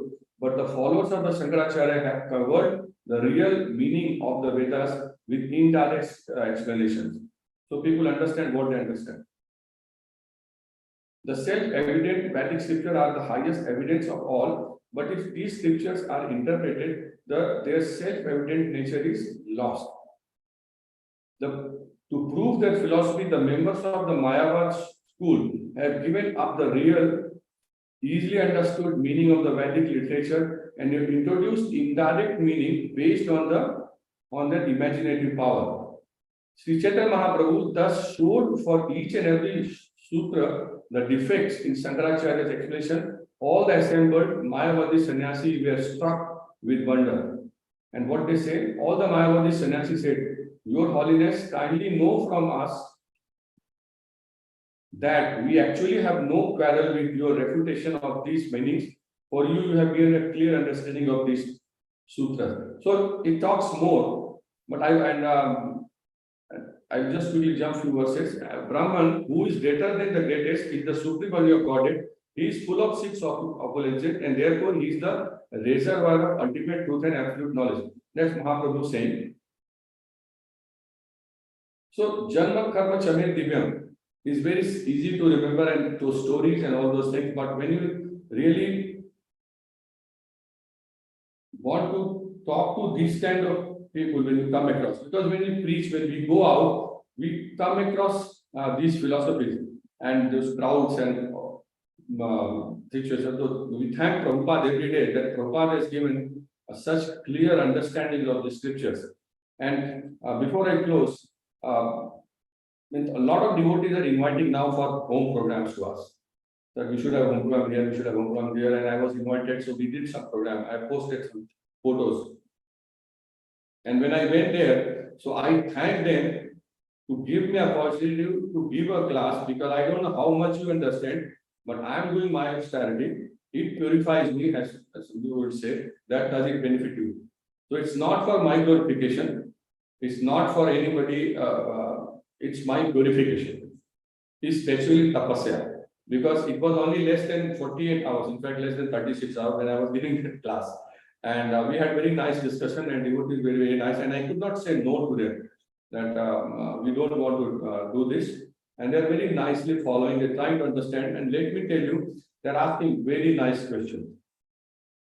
I don't know, because many times I'm not able to attend these classes and devotees come and ask questions of the show. But they ask very nice questions. And they are very serious. They're trying to implement, and that's our specialty because of Mahavishnu Goswami Maharaj, that we don't only read Bhagavatam, we try to apply Bhagavatam. And my personal reaction is this, that Bhagavad Gita is Bhagavatam, and Bhagavad Gita and Bhagavatam are actually very practical. It's very practical and it's very easy to understand. It is same message again and again everywhere, and you can all relate it. It's not complicated. When we try to show knowledge, then it becomes complicated.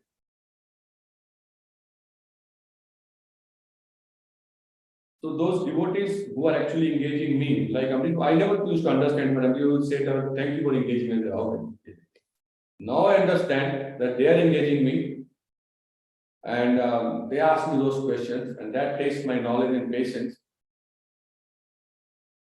And then very practical question, because all of them are actually at the verge of getting into the workforce. They are all giving interviews, they are all giving this, and some of them, so they want to take this message and they want to actually, at the moment they're preaching their own family members, and that's where actually they're facing challenges that their own family is not accepting. And we have all experienced this. I have been here for some time now. We have seen coming, going, all those ups and downs, and I've seen everything. And I've not only seen in Auckland, I've seen elsewhere also. So I tell them, I repeat the same message which I have heard, that when you are actually getting education, you stick to the same college, same teacher, same principal. Don't change your schools every day. Otherwise, it will confuse you. And once you qualify, once you become graduate, once you are grown up, then you are free to do whatever you want to do. Same thing has happened to me. So I'm not doing something which I have invented. It's exactly what I did. So my personal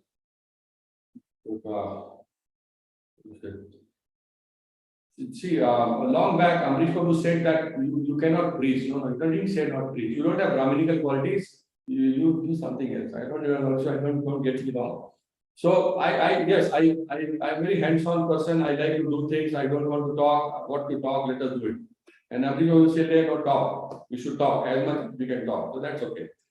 So I thought, okay, if I cannot do what other devotees, so why should I bother? Actually, I should do what I can do. I thought I will probably do, I've heard Prabhupada saying, I've heard Maharaj saying that they wanted to leave this body and not going back to Godhead, Janma Karma Jamir. In fact, they keep doing the devotional service. And devotional service has no limits or no boundary. Devotional service, Krishna is Anant and devotional service are Anant. So I can actually keep doing what I can do. I should not try to do which I cannot do. So I thought, okay, I'll keep doing these simple things, keep talking to this, and try to put most of my energy so that when I leave body, I'm doing the same thing. That's my desire. It will happen. It will not happen. I don't know. My wife is missing. She is not here. She is in Sydney. So I'm safe.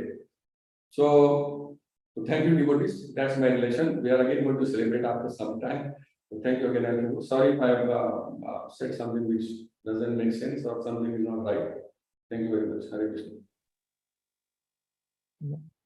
Hare Krishna, Avinash Prabhu. Thank you very much for nice realization and for wonderful preaching activities in India. Reaching there and doing the class within 36 hours is very inspiring. Very nice. All the best. All the best. Okay. Now, who would like to now take the lead, please? Hare Krishna. Please feel free. Hare Krishna, dear devotees. Happy Janmashtami to everyone. Thank you all very much for your very nice realizations. So on today's auspicious day of Janmashtami, I was thinking particularly about how Kali Yuga presents a opportunity for us to go back to Lord Krishna in a way that is actually simplified thanks to Srila Prabhupada and Srila Prabhupada's books. And actually, Lord Krishna's instructions, but which are very nicely condensed and packaged by Srila Prabhupada and Srila Prabhupada's disciples like Srila Gurudev as well. So in the material world, especially now, there's so much unrest, there's so much conflict around the world, and everyone is looking for peace. Whereas, as we know, material solutions to peace are very much temporary. Even the United Nations, which was set up in order to, in order to create peace, is failing. There are currently various conflicts happening all around the world, and solutions for peace materially have been going on for a very long time without any progress. Conflicts have been happening throughout history. So with that in mind, I just wanted to refer to one verse, which is Bhagavad Gita chapter 5, verse 29, which I'm sure all of us know. Bhoktaram yagna tapasam sarvaloka maheshwaram. Bhoktaram yagna tapasam sarvaloka maheshwaram. Suhridam sarvabhutanam natva mam shantim richyati. Translation of Srila Prabhupada ki jai. The sages, knowing me as the ultimate purpose of all sacrifices and austerities, the supreme lord of all planets and demigods, and the benefactor and well-wisher of all living entities, attain peace from the pangs of material miseries. So Lord Krishna is directly saying here that those who know Lord Krishna as the ultimate purpose attain peace. So as we know, or every politician, all diplomats, aristocrats, any person, any big person, any person of authority, prime ministers, presidents, they're all trying to establish some sort of peace in the world for whatever reason. So as I mentioned, the United Nations, trade deals, agreements, etc., and many organizations as well. For example, you look at the human rights organizations and this, that, and the other. But it's not happening. And the reason, as Srila Prabhupada explains, is that everyone is wanting proprietorship.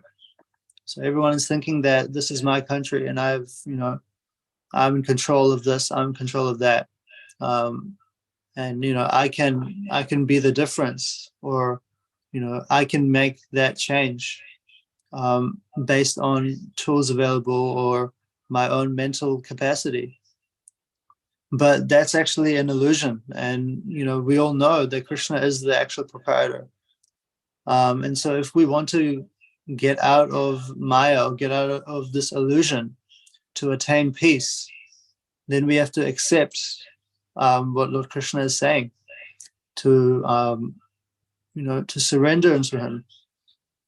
And so Lord Krishna even mentions, as we know, Man manam bhavamad bhakto madhyaji nam namaskuru. So Lord Krishna in chapter 9, verse 34, Lord Krishna says that simply think of me, become my devotee, worship me, and you will come to me. So even the process is outlined. And it's not that, every, for anyone beginning in Krishna consciousness, or even who may be in Krishna consciousness, it's not that everything must be, given up and, we must blindly, follow. Krishna doesn't want everyone, all our property. Srila Prabhupada says that even the poorest person in the world, even someone with nothing material, can render service to Lord Krishna. Patram pushpam phalam toyam yama bhakta prayachati. Even if you offer a flower, a leaf, anything to Lord Krishna with devotion, which is the main thing, the Lord Krishna will accept it. So Lord Krishna is giving us every chance to become a devotee, in whatever capacity we're in, due to whatever karma we've accumulated or whatever actions we're performing in this life. So that is the main principle, that this devotion has to be cultivated. So even if we offer anything to Lord Krishna, then Lord Krishna provides for us. And so when we forget that philosophy, that Lord Krishna is the supreme proprietor, that's how we come to the material world. And ultimately we then struggle for existence and struggle to survive, and fight with each other. And from that, we try to get peace. So that is the material illusion, and that's the material life that Srila Prabhupada talks about. So Krishna actually appears in the material world, and he appears to teach us this lesson. So we all know, everyone knows this verse, Yada yada hi dharmasya nanar bhavati bharata. And Krishna says that, he says to Arjuna that he comes down when there's discrepancy in religiosity. So, yada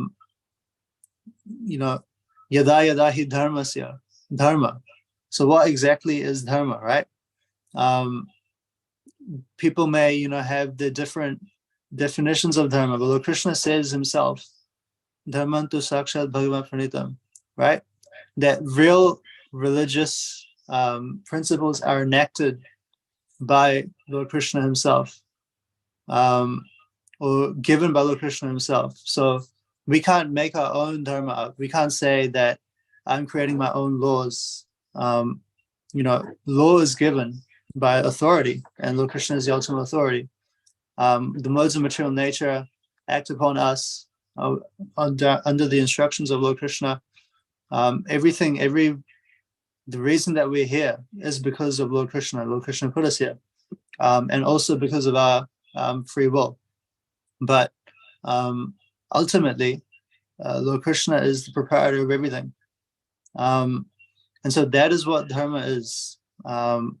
Our dharma is, Lord Krishna says, and I think Srila Prabhupada also mentioned this verse, that Sarva dhamma parityaja mameksham sharanam vraja, right? Abandon all varieties of religion and surrender unto me. So by abandoning all varieties of religion, Lord Krishna means any concoction or any other thing, any other religiosity or whatever that someone may believe in, ultimately if bona fide, leads to Lord Krishna. So Lord Krishna gives us that shortcut, and abandon everything and surrender to him. Abandon any mental concoctions that we have, and just surrender into that process. So that's why Lord Krishna says, abandon, give it up. And Srila Prabhupada makes a note of that. It's very strong word. Any manufactured, man-made dharma that you may or we may perceive is actually not is not good for us in the long term. So that's why Srila Prabhupada has established this Krishna consciousness, and that's what Srila Prabhupada took to the West. And we see that even in the beginning of Srila Prabhupada's movement, Western devotees, Western people became devotees because of this philosophy and because of how Srila Prabhupada simplified this. Otherwise, it's so amazing for anyone to hear that how was it that Srila Prabhupada went to the West and created this amazing movement, and captured the imagination, captured the intelligence of so many people who, in other words, or in any other circumstance, they're completely averse to the Vedic culture. But yet Srila Prabhupada did that. And that just shows, and even us being in another country, some of us are from India, some of us are from New Zealand, some of us are in Australia. But regardless, we all are practicing devotional service. And that is down to Srila Prabhupada. And, we know that the next 10,000 years are very, very important, and are actually the golden years of propagating Krishna consciousness through the world. So even in Kali Yuga, we're all in the material world, but at a time where Lord Krishna appeared 5,000 years ago, where Srila Prabhupada appeared and established his Krishna conscious movement 50 years ago. And we're all in that same time frame where Kali Yuga has just begun. So it's a very exciting time, actually, when we think about it, that how can we contribute and how can we become a part of this movement? and in doing so, also go back home, back to Godhead. So Srila Prabhupada says that this Krishna consciousness movement is the sublime movement for the welfare of the whole human society. And that takes it to a platform of spirituality. If everyone understands that Krishna is in control, and to see Krishna's hand in everything, and understanding that they are not the proprietor, then a gradual elevation of consciousness is what will take us, to the next level. And who knows, this 10,000 years, which is apparently yet to begin, actually. But this 10,000 years, who knows what they will look like? At the moment, things are just beginning, but who knows? People may, this message of Srila Prabhupada through any person or through any organization, through any preaching outfit, through anyone, has the opportunity to influence the lives of so many people, as it already is doing. So that was just some of my realizations on today's auspicious day of Janmashtami. And Srila Prabhupada has really done has done the unthinkable, and packaged this Vedic culture, which is so vibrant and so so massive, but in a way that is succinct, focused, with our Brahma Madhva Gauri Vaishnava Sampradaya, but also brings everyone to that lineage to connect us directly to Lord Krishna. So that's my realization. Hare Krishna. Hare Krishna. Thank you very much, Krishna, for a nice realization. Your youths are very important to us, and to know where our future is going to be. So reading Srila Prabhupada's books by youth is very, very important. So that will sharpen your intelligence and give maturity both, and give you the life of Vedic way of life, which is not existing today, but you can still have some mindset of it. Yeah. Hare Krishna. Okay, who'd like to go next now? Please feel free. Thank you. Hare Krishna, Prabhuji.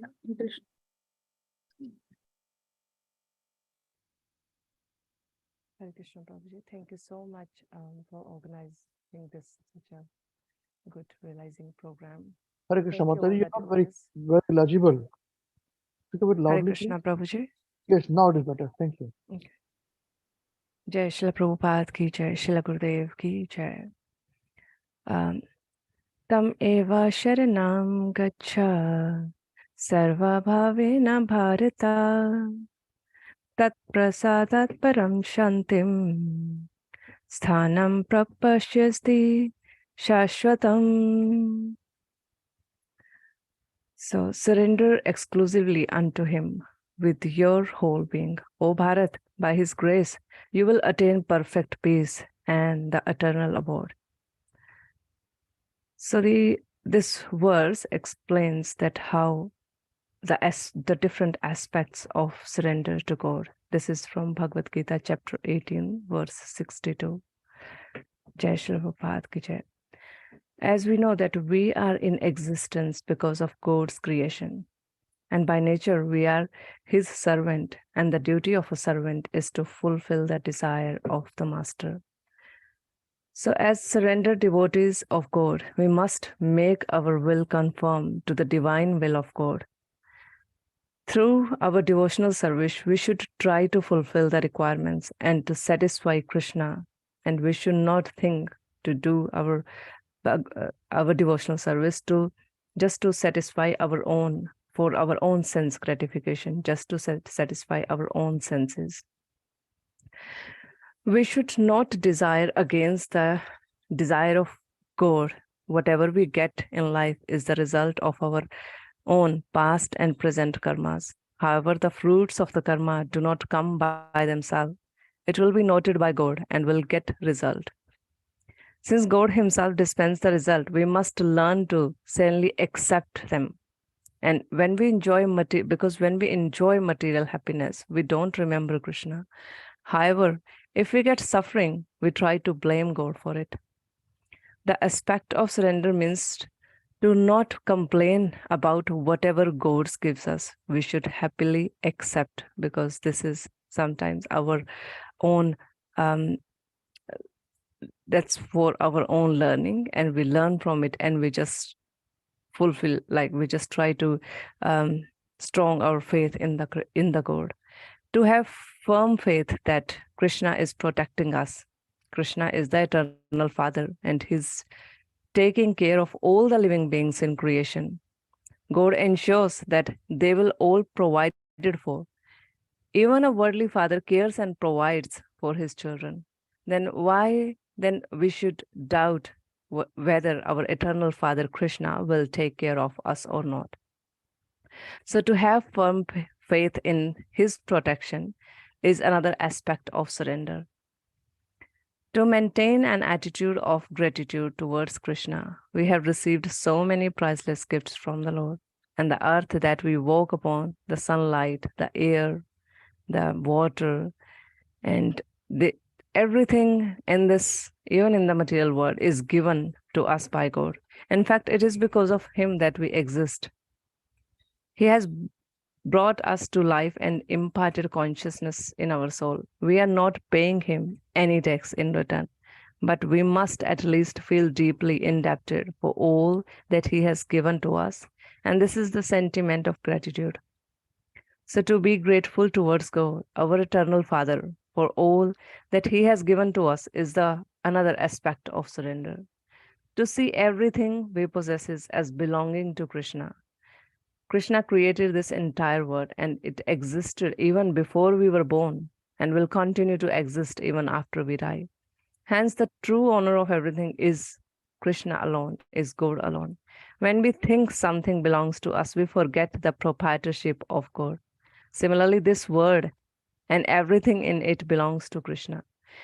To remember this and give up our sense of proprietorship is another aspect of surrendering to Krishna. To give up the pride of having surrender. If we become proud of the God's deed that we have done, the pride dirties our heart and undoes the good we have done. That is why it is important to keep an attitude of humbleness as well. And if I was able to do something nice, it was only because of Krishna's inspired my intellect in the right direction, and left to myself, I would never have been able to do that. To keep such an attitude of humility is another aspect of surrendering to Krishna. So if we can perfect these surrenders in ourselves, we will fulfill the God's condition, and he will bestow his grace upon us.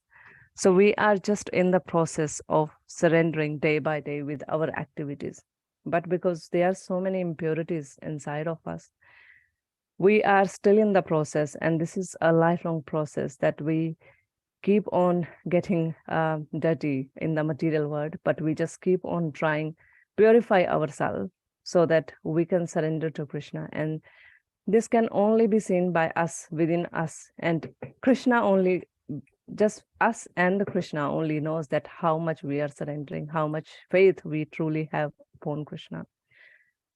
Because our bhakti and everything, all the activities we are doing, it entirely dependent on our base of surrender, like how much we have true faith in Krishna. So I really like these points as I have taken from this Bhagavad Gita verse. And I just pray to all the devotees and Srila Gurudev, Srila Prabhupada, that we just keep surrendering and we just keep purifying ourselves with this devotional service. Hare Krishna, Prabhuji. Thank you.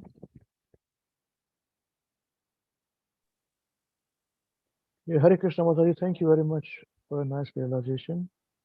Hare Krishna. Yes, I would like to go next now. Please feel free. Hare Krishna, dear devotees. Happy Janmashtami to all of you. Shri Janmashtami Mahamotsav ki jai. Thank you, Amrish Prabhu, for arranging this program. Thank you all the devotees for your nice realizations. So my realization is on Bhagavad Gita chapter 9 verse 34.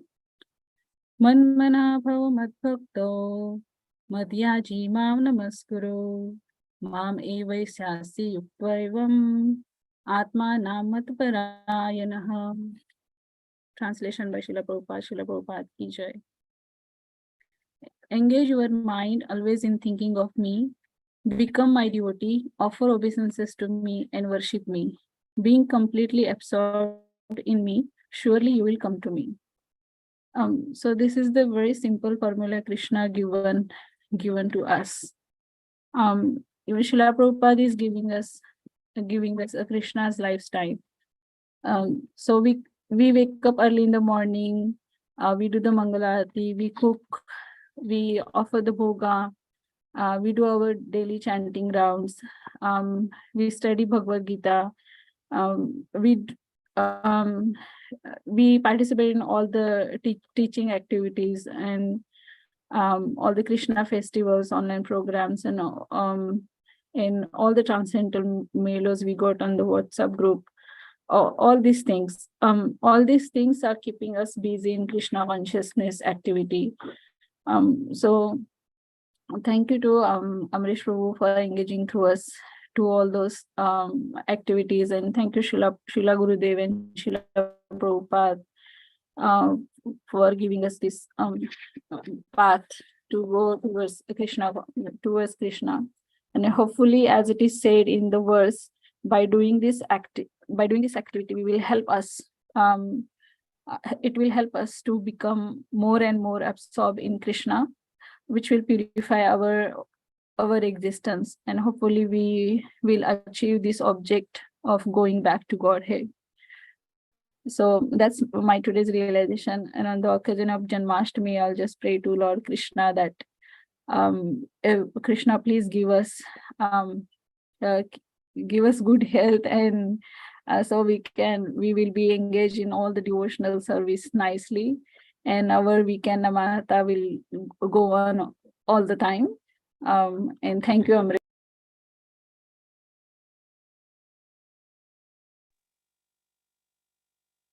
Oh, it was.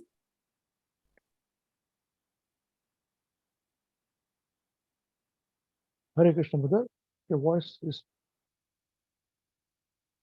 Is it gone, Prabhuji? Yeah, okay. Now it's all right. Now you can speak, continue. So I'm not sure, Prabhuji, when it stopped. Well, I think you were concluding.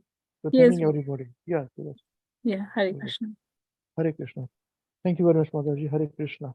Very nice realization. Hare Bol. Okay, who would like to go next now? Hare Krishna.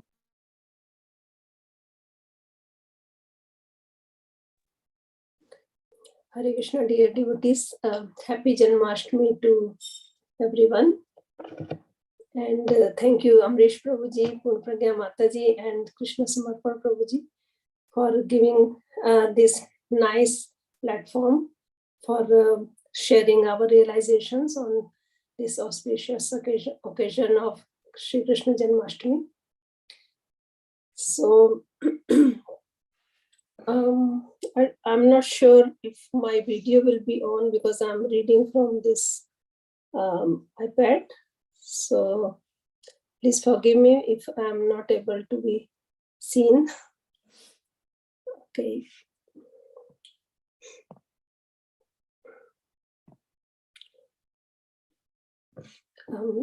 As stated in the Bhagavad Gita, the Lord says that his appearance, birth, and activities are all transcendental, and one who understands them factually becomes immediately eligible to be transferred to the spiritual world. As everyone has shared the verse from Bhagavad Gita chapter 4 verse 9, Janma karma cha me divyam evam yo vyakti tattvata tyaktva deham punarjanma naiti mameti. So Arjuna, the Lord's appearance or birth is not like that of an ordinary man who is forced to accept a material body according to his past deeds.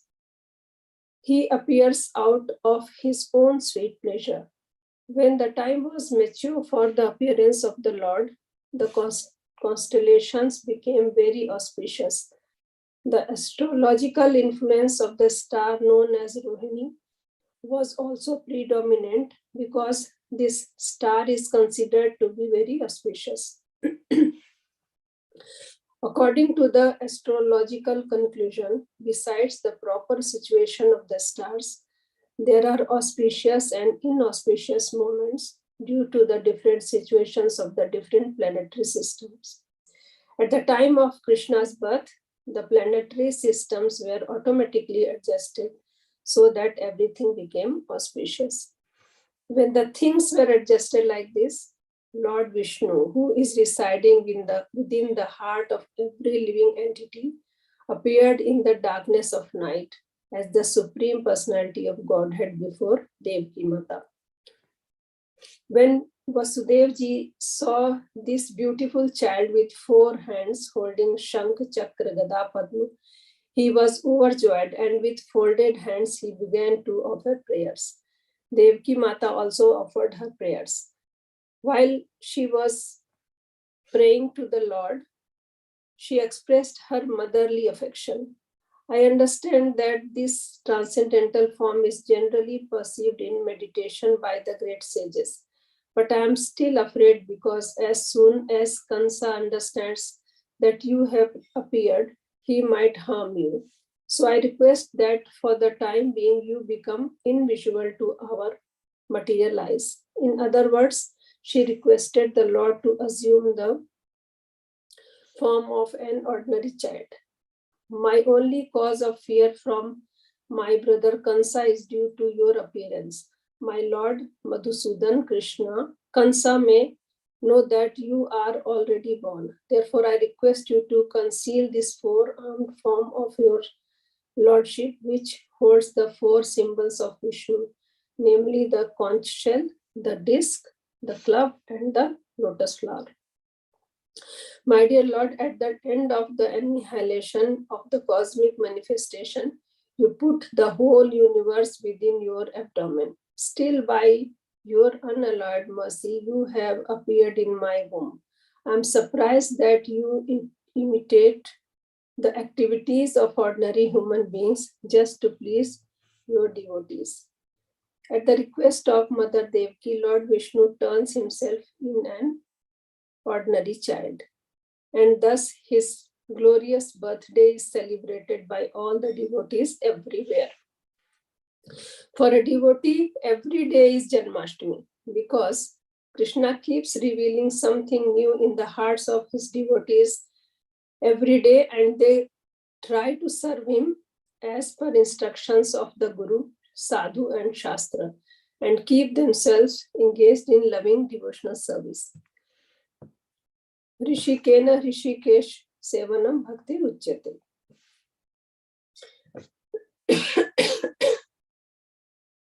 Sorry.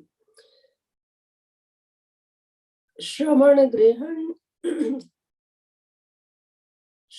Grehan Samasyarcha Chintayan Namani Rupani Cha Mangalani Te Kriyasu Yastach Charanarvindayor Avishta Chetana Bhavita Kalpate. Translation. Even while engaged in various activities, devotees whose minds are completely absorbed at your lotus feet and who constantly hear, chant, contemplate, and cause others to remember your transcendental names and forms are always on the transcendental platform, and thus they can understand the Supreme Personality of Godhead. So, how can we practice Bhakti Yoga? This is clearly explained here. So, the mantra is always remember Krishna and never forget him. So, devotees try to remember Krishna all the time with each and every breath. Yes, there are circumstances which put us in a lot of troubles sometimes, but still in the troublesome times, the only hope is Krishna. And this is, I have many times I have experienced it. In very hard times, Krishna is there. And because he is Suridam Sarva Bhutanam, he is sitting in our heart. And when we look towards him, there he always shows us the path. He takes us out of those material problems. And on this Janmashtami day, I just pray to Lord Krishna that he always give me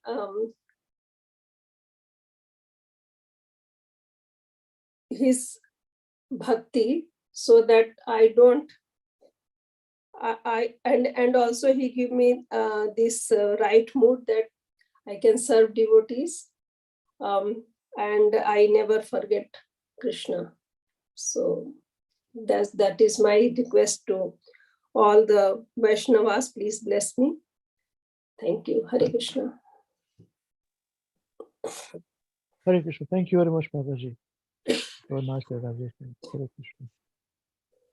Okay, I think we've concluded. All the seniors, all the leaders have spoken.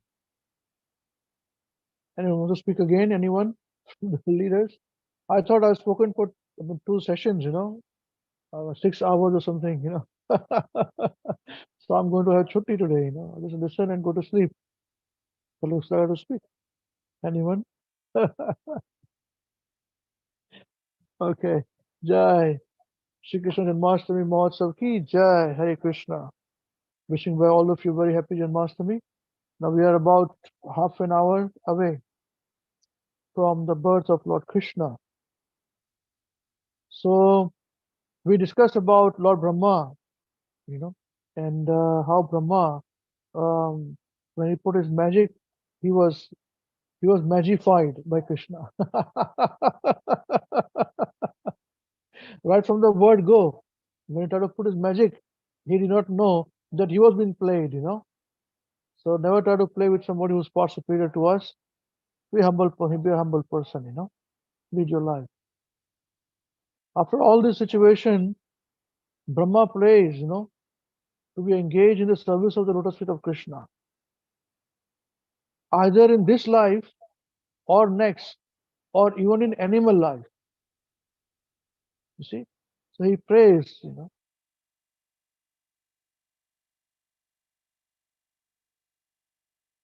Tadastu me nahasa bhuri bhago bhavetra vanyatra vanyatra tuva trisha cham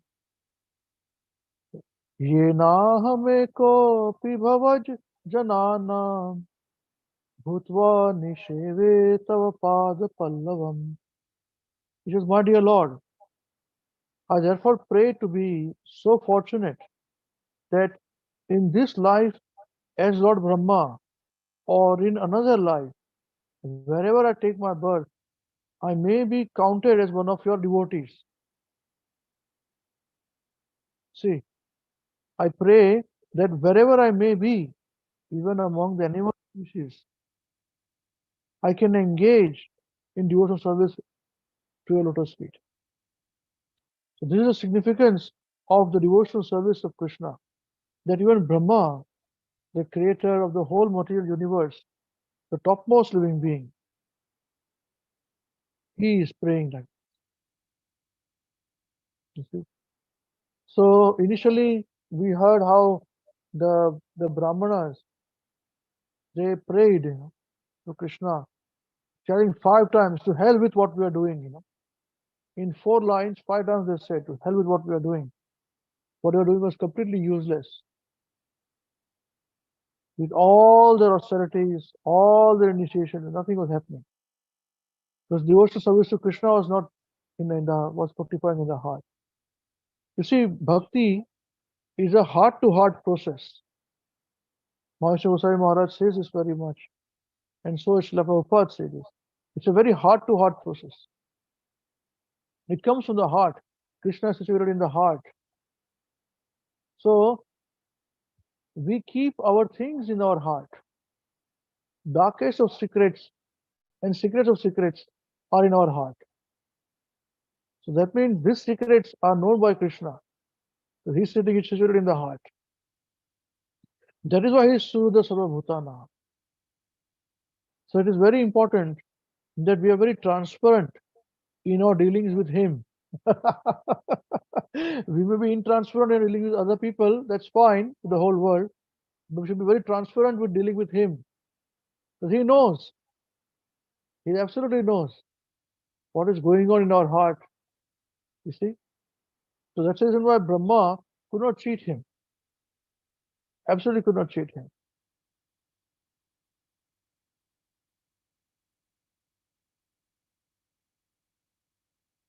Now the another name of Krishna is Govinda.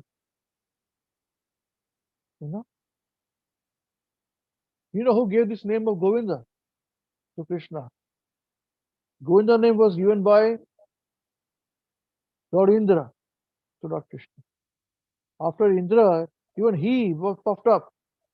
So when his pride was destroyed in his prayers, he prayed to Krishna. And when he said, now onwards you'll be called Govinda. Shishuka uvacha evam Krishnam upamantrya surabhihi payasatmanah jale rakasha gangaya airavata karodhrutaihi indraha surashibhi sakam chodito deva matrubhihi abhyashchinta darshanam govinda iti chabhyadat. So last two lines, So he says, Abhyaschinta means he bathed. Darsham, Dasharam, Dasharam means Lord Krishna, the descendant of the king Dasharaha. Govinda Hiti, as Govinda, Cha and Abhyadat, he named the Lord. So Sukdev Goswami said, having thus appealed to Lord Krishna, Mother Surabhi performed his bathing ceremony with her own milk. And Indra, ordered by Aditi and other mothers of the demigods, anointed the Lord with heavenly Ganga, Ma Ganga water from the trunk of Indra's elephant carrier, Airavat. Thus, in the company of the demigods, and great sages, Indra coronated Lord Krishna, the descendant of Dasharha, and gave him the name Govinda.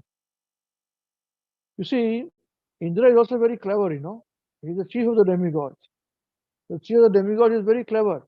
So when he saw that what he has done was completely terrible against Krishna and all the inhabitants of Vrindavan, he immediately tells to Krishna, well, something is wrong. I must go and apologize. Not to apologize, he got Surabhi cow. Just to please Krishna, So they're very clever in their dealing with things. So with the milk of the cow and Ma Ganga, that was for instructions of Aditi, he bathed Lord Krishna and prayed for forgiveness. So according to the Acharyas, it is said that because Indra was embarrassed by his blunder of attacking Vrindavan, he was actually reluctant to worship the Lord Krishna. Therefore, heavenly mothers such as Aditi encouraged him to go ahead and do so. He said, don't go. You have to go and apologize and worship Krishna. Otherwise, you'll be kept quiet and creating more nuisance, So feeling authorized by the encouragement of the demigods, less offensive than he, Indra then bathed the Lord. Indra discovered that the beautiful cowherd boy named Krishna is indeed the supreme personality of Godhead. That's why he was given the name Govinda by Indra. One who gives pleasure to the senses, who tends the cows. Yeah, we discussed about Govinda. Now, I think once we have discussed about Madhava, what is the meaning of Madhava? We got Madhava, or is he sleeping? Madhava Prabhu is there, or is not gone to sleep? He's in his bed. He's too young. So Madhava what is the name of Madhav? The meaning of Madhav, we discussed it once or twice. Let's see the parents. What is the meaning of Madhav? Husband of Goddess of Goddess Fortune. Lakshmi. Yeah, fortune. Yes, that's right. That's right. Yes. Now there are 4 different meanings of Madhav, name Madhav. This is given by Sanatan Goswami. See, many times, many references are given by the acharyas. You see, just so that we would get more deeper realizations. What is not relevant, what is not apparent from the Bhagavatam, we have to get to the inside of the acharyas. You see.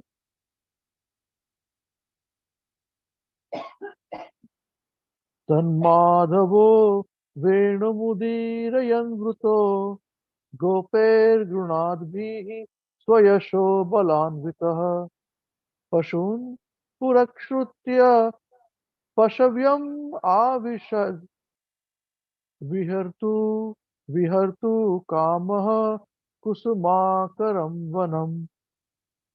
So thus desiring to enjoy pastimes, Lord Madhav, sounding his flute, surrounded by cowherd boys who were chanting his glories, and accompanied by Lord Baladev, kept the cows before him and entered the Vrindavan forest, which was full of flowers and rich with the nourishment of the animals. Now, Sanatan Goswami has explained the various meanings of the word Madhav as follows. First meaning, Madhav normally indicates Krishna to be the Lord who is the consort of Goddess of Fortune, Madhav. Okay? So he's a consort of Goddess of Fortune. Second, his name also implies that Lord Krishna descended in the dynasty of Madhu, the lineage of Madhu.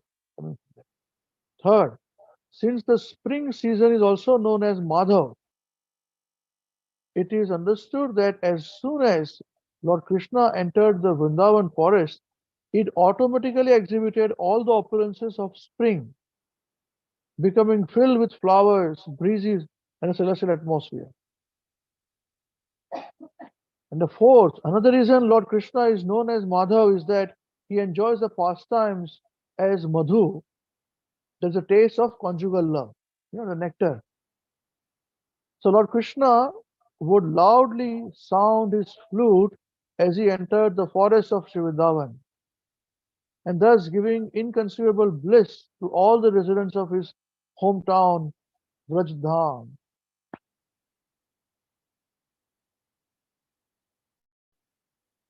These simple pastimes of playfully entering the forest, playing with the flute on the flute, and so forth, were performed daily in the spiritual land of Vrindavan.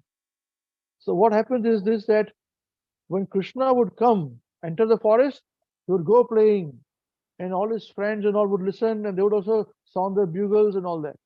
And when they would come back in the evening, they'll do the same, in the flute, jumping around, dancing, singing the bugles and all.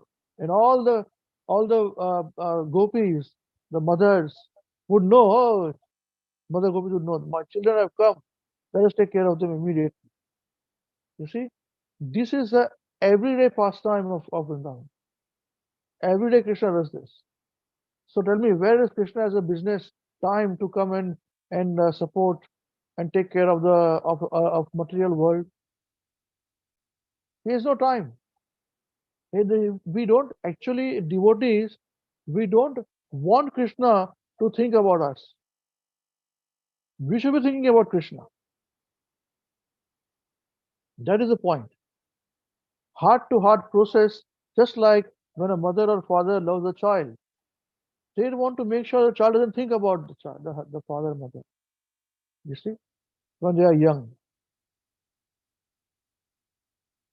So the parents think about the child, and that is the reason why the children are then are taken care of. So any difficulty, the child comes to the mother or father and say, help me, and they are very much happy to help. Yes, what do you want, child? I'll help you. See? Now, Krishna's childhood pastimes are very, very unique.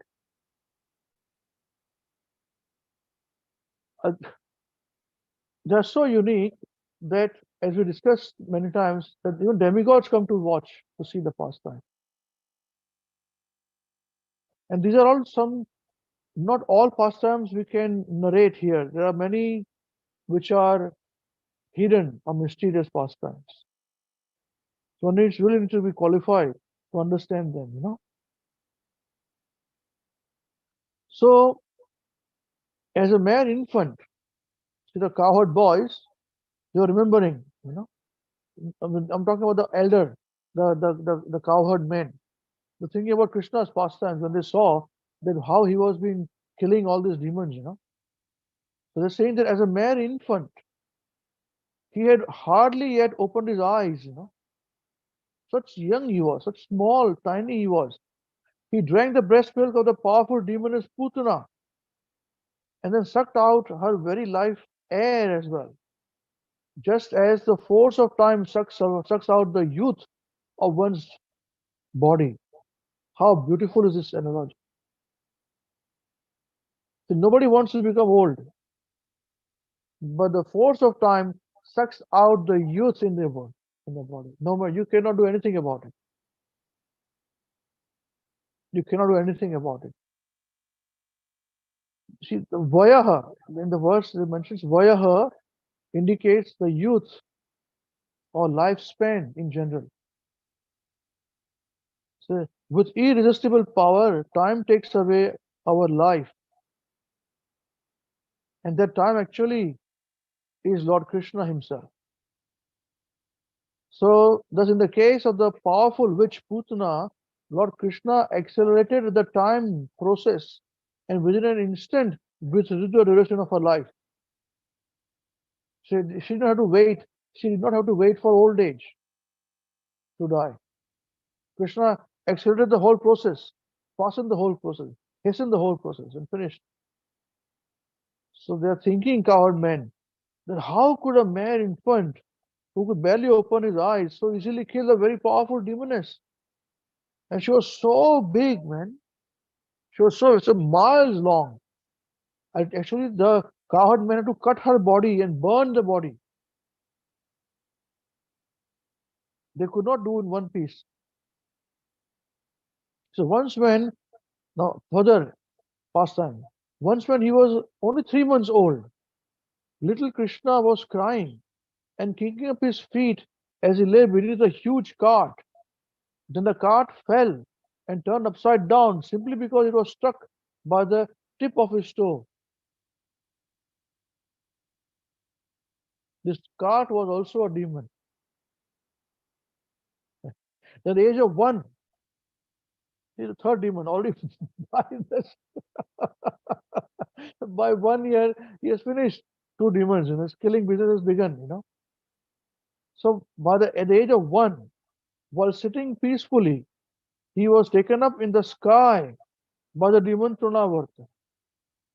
But baby Krishna grabbed the demon's neck and causing him great pain and thus killed him. Trunavarta. See, the cowherd men who loved Krishna as an ordinary child were astonished by all these activities.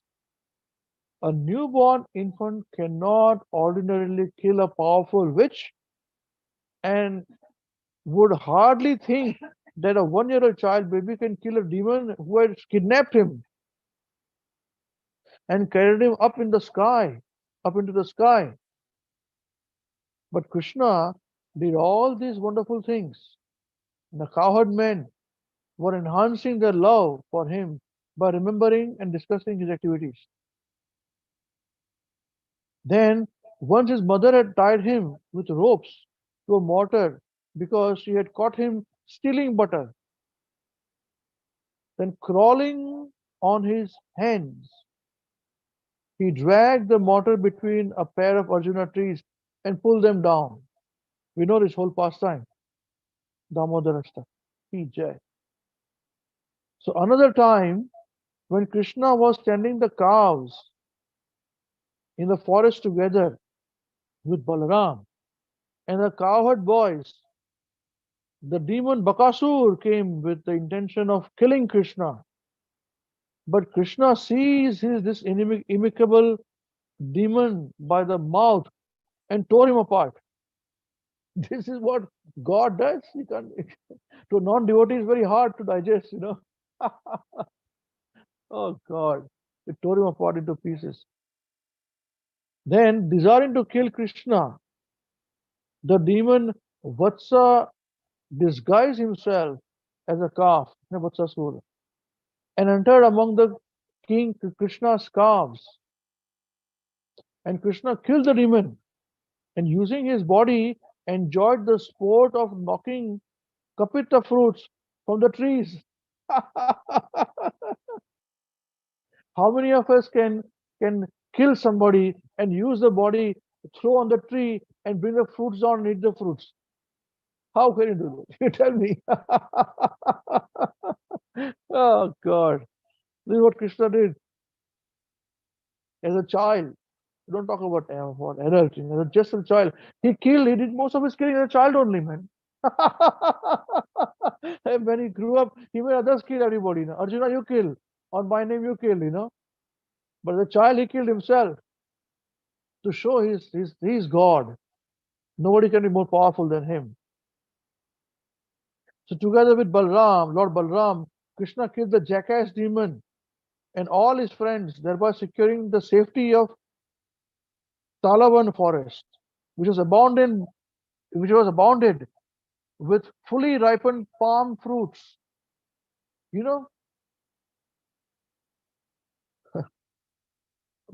Long ago, the powerful demons Hiranyakashipu and Hiranyaksha were born from goddess Diti. Therefore, demons are commonly called Daityas, Daitayas or Daityas, meaning descendants of Diti. So Dhenukasura, the ass demon, terrorized the Tal forest with his friends. But Shri Krishna and Shri Balaram killed him, just as modern governments kill terrorists to harass innocent people. This is what happened. Hey Krishna, the boy said, Krishna, that forest there, Talavan, has got a lot of fruits. We should go and eat there. Let's go and eat there. This is how the discussion began. But there's a problem. So what? This demon, jackass demon, doesn't allow anybody to go there. He kills everyone with his feet, So that's how Dhenukasura was killed by Krishna and Balaram. And then he was swung and thrown, in the palm trees to get down the fruits, the ripened fruits, and those delicious ripened fruits were eaten by Krishna, Balaram, and all the cowherd boys. This is the point. So, after arranging the mighty Lord Balaram to kill the terrible demon Pralambasura, Krishna saved Vrajas, cowherd boys, and their animals from the forest fire. You see, Krishna chastised the most poisonous serpent Kaliya, and after humbling him, he drove him forcibly from the lake of the Yamuna. In this way, the Lord made the water of that river free of the snake's powerful poison. So just see, how many did he kill? His business to kill only. He has come just to kill. Paritranaya sadhunam vinasya dushkritam. You see, all these demons were waiting for Krishna to appear, and Krishna was waiting to come and kill them. Because as a child, as Krishna in the spiritual world, everybody is obedient to him. Nobody can kill him. Nobody can fight with him. So he wants to fight. He's a young man, Prabhupada says. So for that reason, he comes to this material world. And because he comes to the material world, he is fighting. He never loses this opportunity. You see? So Krishna is always now Yavanam. He never grows old. We all will grow old. Our material body makes us old. He's always now Yavanam. Now means very newly. Yavanam means the youth, the new youth. Just 15, 16 years old, fresh youth. This is the age of Krishna. Our 16 years came and went, we don't even know, you know. Krishna is in 16 years all the time. Even when he had great grandchildren, Arjuna also looked old. Krishna looked very young. See, in the Kurukshetra, battlefield of Kurukshetra, Krishna had children. Ah, you tell me. But he looked very young. His business was different. So Krishna is very different. Appearance of Krishna, birthday of Krishna is by his pastimes, is also by his instructions. They are non-different. We started our discussion by saying that Prabhupada in Vrindavan were going to give class for many days. All the Brajvasis came thinking, oh, Prabhupada will speak on the Krishna and Radha Krishna's Pranay Leela. You know? But Prabhupada gave class on nectar of instruction all throughout. Of course, Prabhupada is giving class on nectar of devotion also there. You know? So we have to understand this, that pure devotee does not see the difference between Krishna's instruction and Krishna's pastimes. So no point in jumping in Krishna's pastimes. There is no need to jump in Krishna's pastime. On the contrary, we must develop taste to really hear and meditate and memorize Krishna's instruction, which are given in the Bhagavad Gita and Srimad Bhagavatam. It is only Srila Prabhupada who by himself, following this process, has created taste for everybody else. Yeah. Now, does anyone have any questions or any other realizations for what we discussed so far before we move any further? Please feel free to ask now. From anyone, leaders or other group as well. Anything you'd like to share or any questions you have, what we discussed so far from all of us?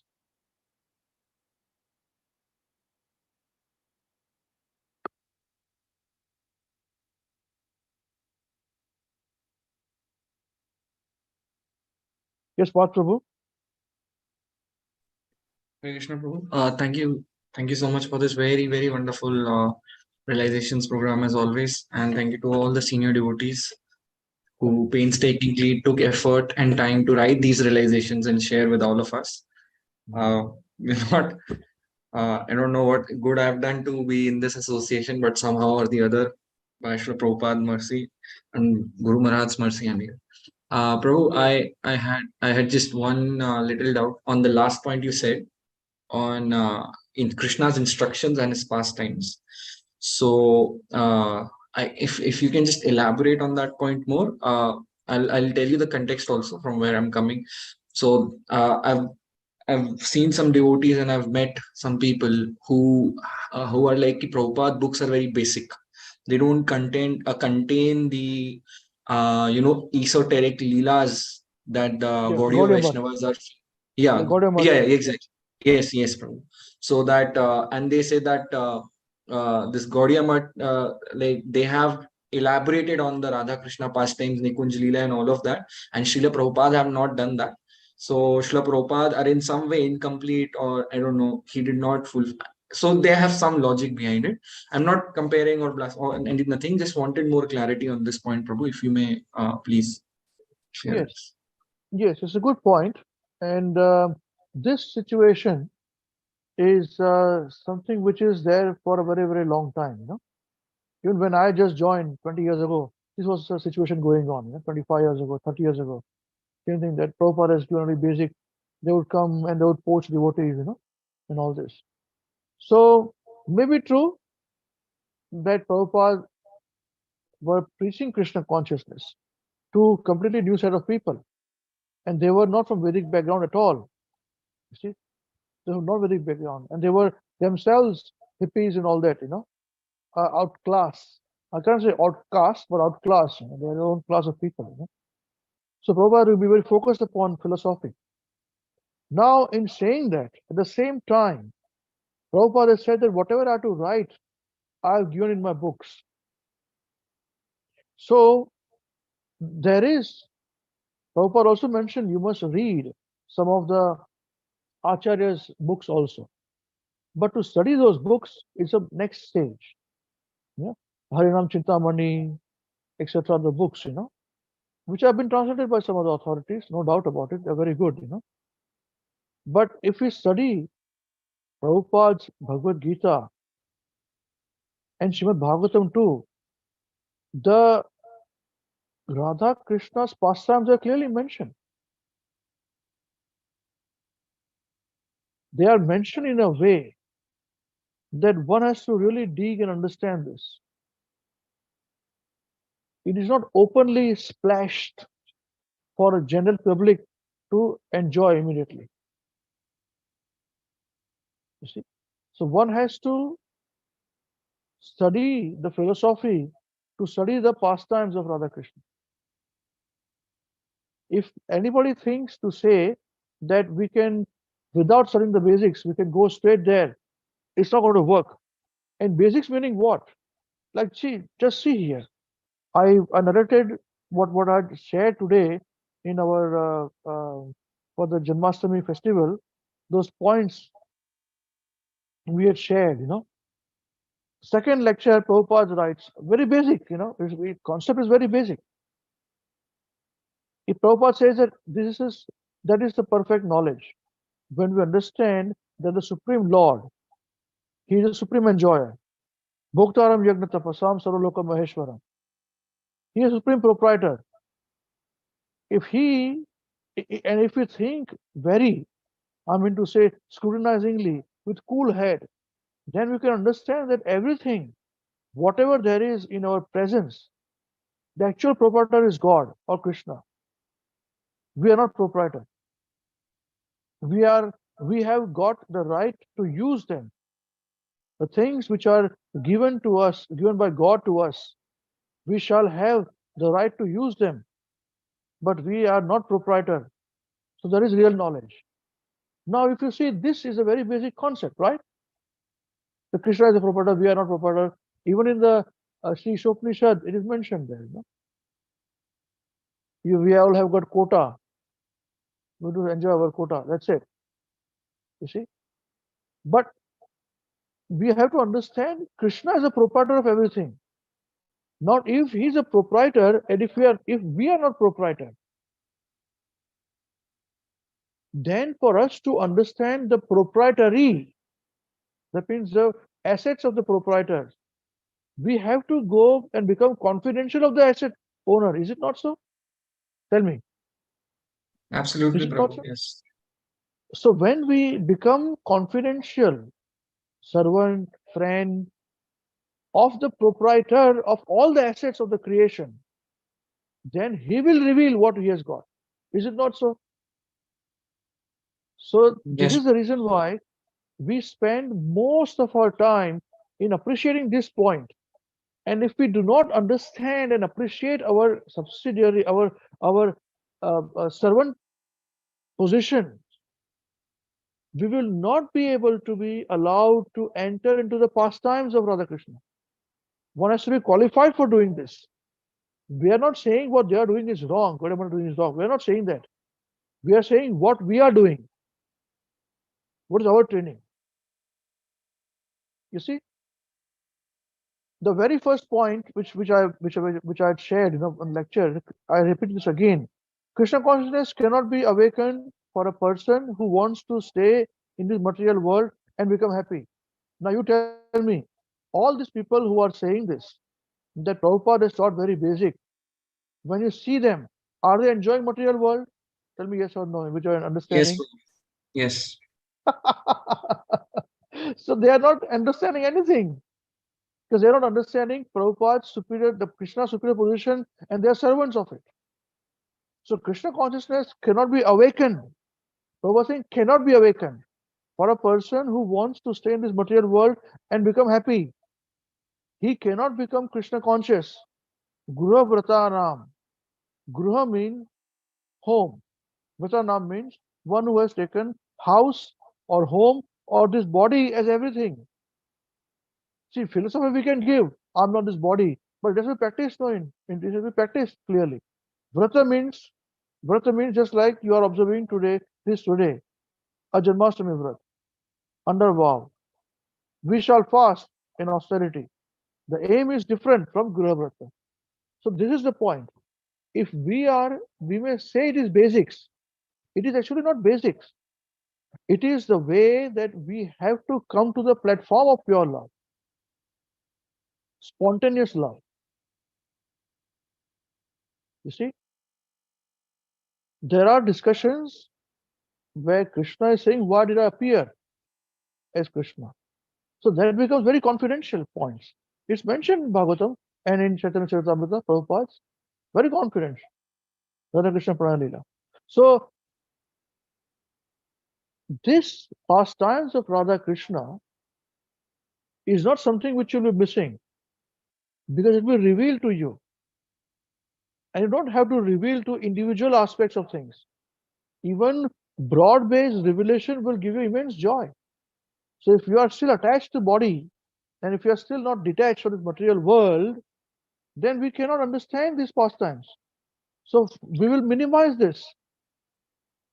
We'll completely minimize it. We'll become Rasika. We have Rasik Bhav, but without the potency to be not lured by material world. Real Rasikas, I tell you, real Rasikas are those who may not show they are Rasika. There's no question of crying in ecstasy and all that. A real Rasik is the one who is keeping himself close from all this, from the external world. To know the heart of a Rasika, devotee, with spontaneity, is a very difficult thing. So it's the most important treasure in his heart. You see, this is how we understand it. And we are not saying what they're doing is wrong. What we are saying is, what they say Prabhupada has given basics is wrong. And we don't fight about it. But this is how it is. You see? And I know they've got many books written for them and all those things. All glories to them. There's a fundamental difference on philosophy also, which is a very new, which will be very difficult right now for you. So do not attempt to read them now. If you don't read them at all, because there's a fundamental difference in the philosophy, which will be with what we discuss, what we know, and what they know. It's a very fundamental difference. Okay, so let them be, but this is our understanding. Does this answer your question, Prabhuji? Yes, Prabhu, thank you so much. Yes, the one point that you mentioned about being a Rasika but not being allured by Maya, that stage, that point you said, and obviously about the basic points you said, Prabhu, that made a lot of sense. So yes, Prabhu, thank you so much for your answer. So see, the Rasika is a bhav, you see. Yes, Prabhu. Rasika is a bhav. In material world, the terms of bhav meaning what value? Who will decide the value of Rasika? You? No. You are selling. But the buyer is Krishna. Krishna decides what is the value is going to give. Maharishi Goswami Maharaj says this point. Bhav means value. Value is given by Krishna. All right? Yes, Prabhu. Absolutely. So more will be clear. Don't fight with them, but don't treat them too much with importance, you know. All glories to them. They are also Vaishnavas. We give them our respects. And at Yes, our Prabhu. level, we have got all kinds of people. Those who insult us also, those who are friendly with us also. You know? So we ignore them, those who insult us. The friendly, we are friends with them very nicely. You know? And we move on. Yes. But remember, Rasika is a bhav. And bhav is something which is given by Krishna. Love is given by Krishna. We can apply for love by our sincerity and our devotion. But whether Krishna loves us, that is up to him. Okay? And this Radha Krishna Pranaya Leela is something which is confidential affairs, which one needs to be qualified to be understanding it. You may read it, but ultimately you will also minimize it. I can tell you one thing. When we study Bhagavad Gita, Srimad Bhagavatam, and we come to the 10th canto, with Krishna's pastime with the gopis, lust will go away from our heart, or reduce from the heart. It is mentioned there. One who understands this pastimes of Radha, of Krishna and the gopis, lust will be gone from the heart. Okay? Hare. Yeah. Yes, sir. That is our testament. Yeah. Yes, All sir. right? So, you just said one point, just that our relations dealing with them. You said that not to engage too much with the books. You said that? Their books, don't need to worry. They'll give you the books, and I said, no, I'm happy with Prabhupada's books. Yes. Thank you. Okay. Yeah. Thank you. Because they also read Prabhupada's books. Yes, exactly. Yes. We don't read their books, but they read Prabhupada, and they say it is wrong book. It is not a complete book. Then why are you reading, man? Don't read.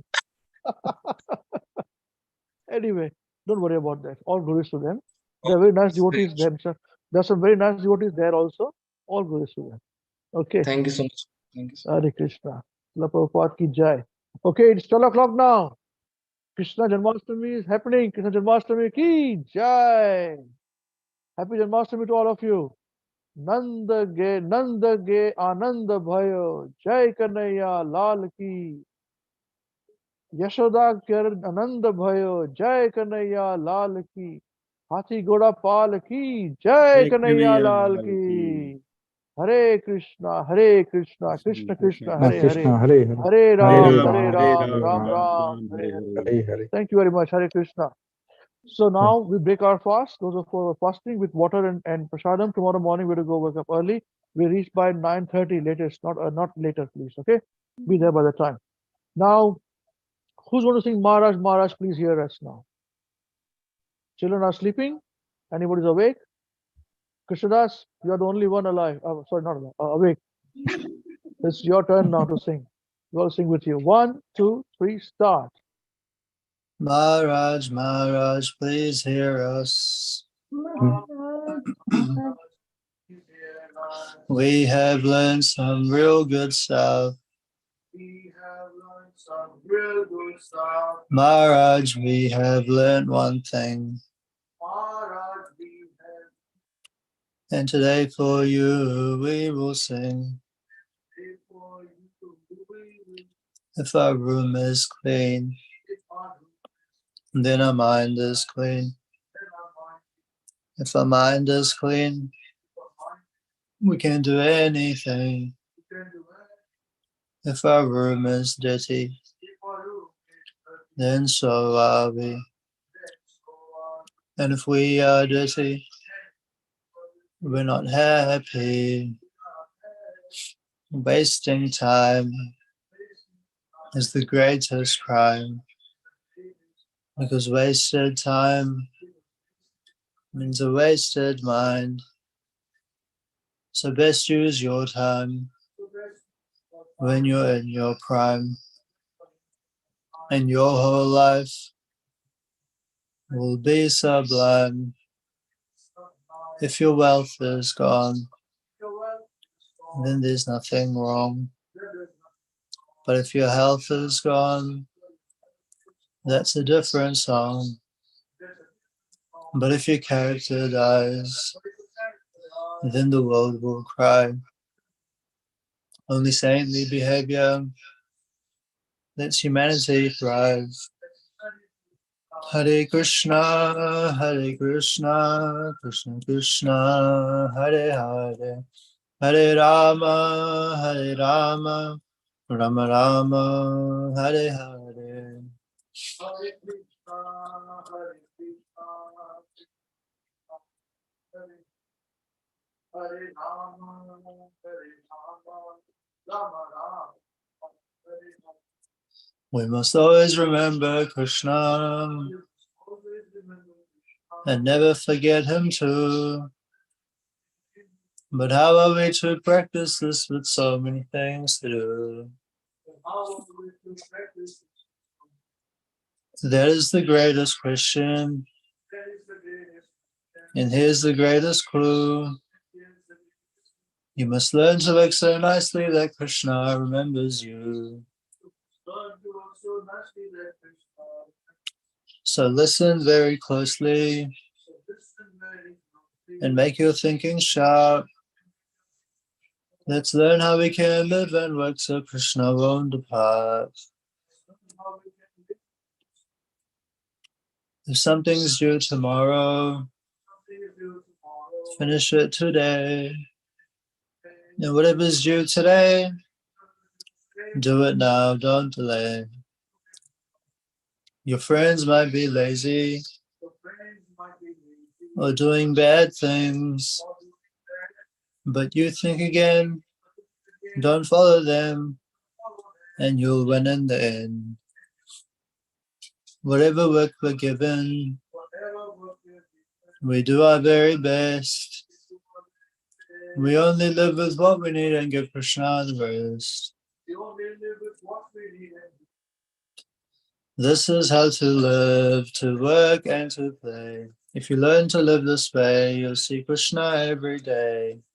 This is how to live, to work and to learn to live this way. Go to Krishna and And when our time is up, he'll take us up above, and we'll sing and dance with him with our hearts full of love.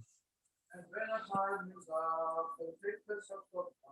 We'll sing and dance with him with our hearts full of love.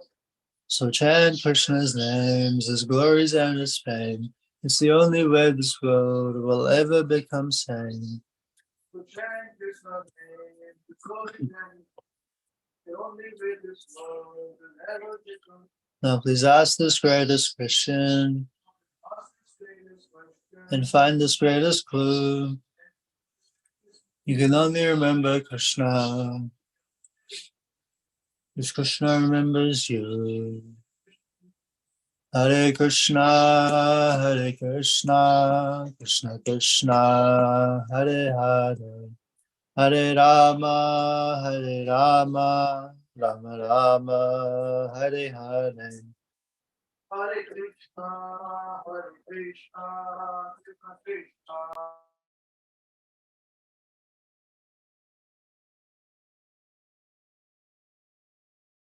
Hare Hare. Jai Holiness Srila Mahavishnu Goswami Maharaj, Srila Gurudev ki Jai. Jagat Guru Srila Prabhupada ki Jai.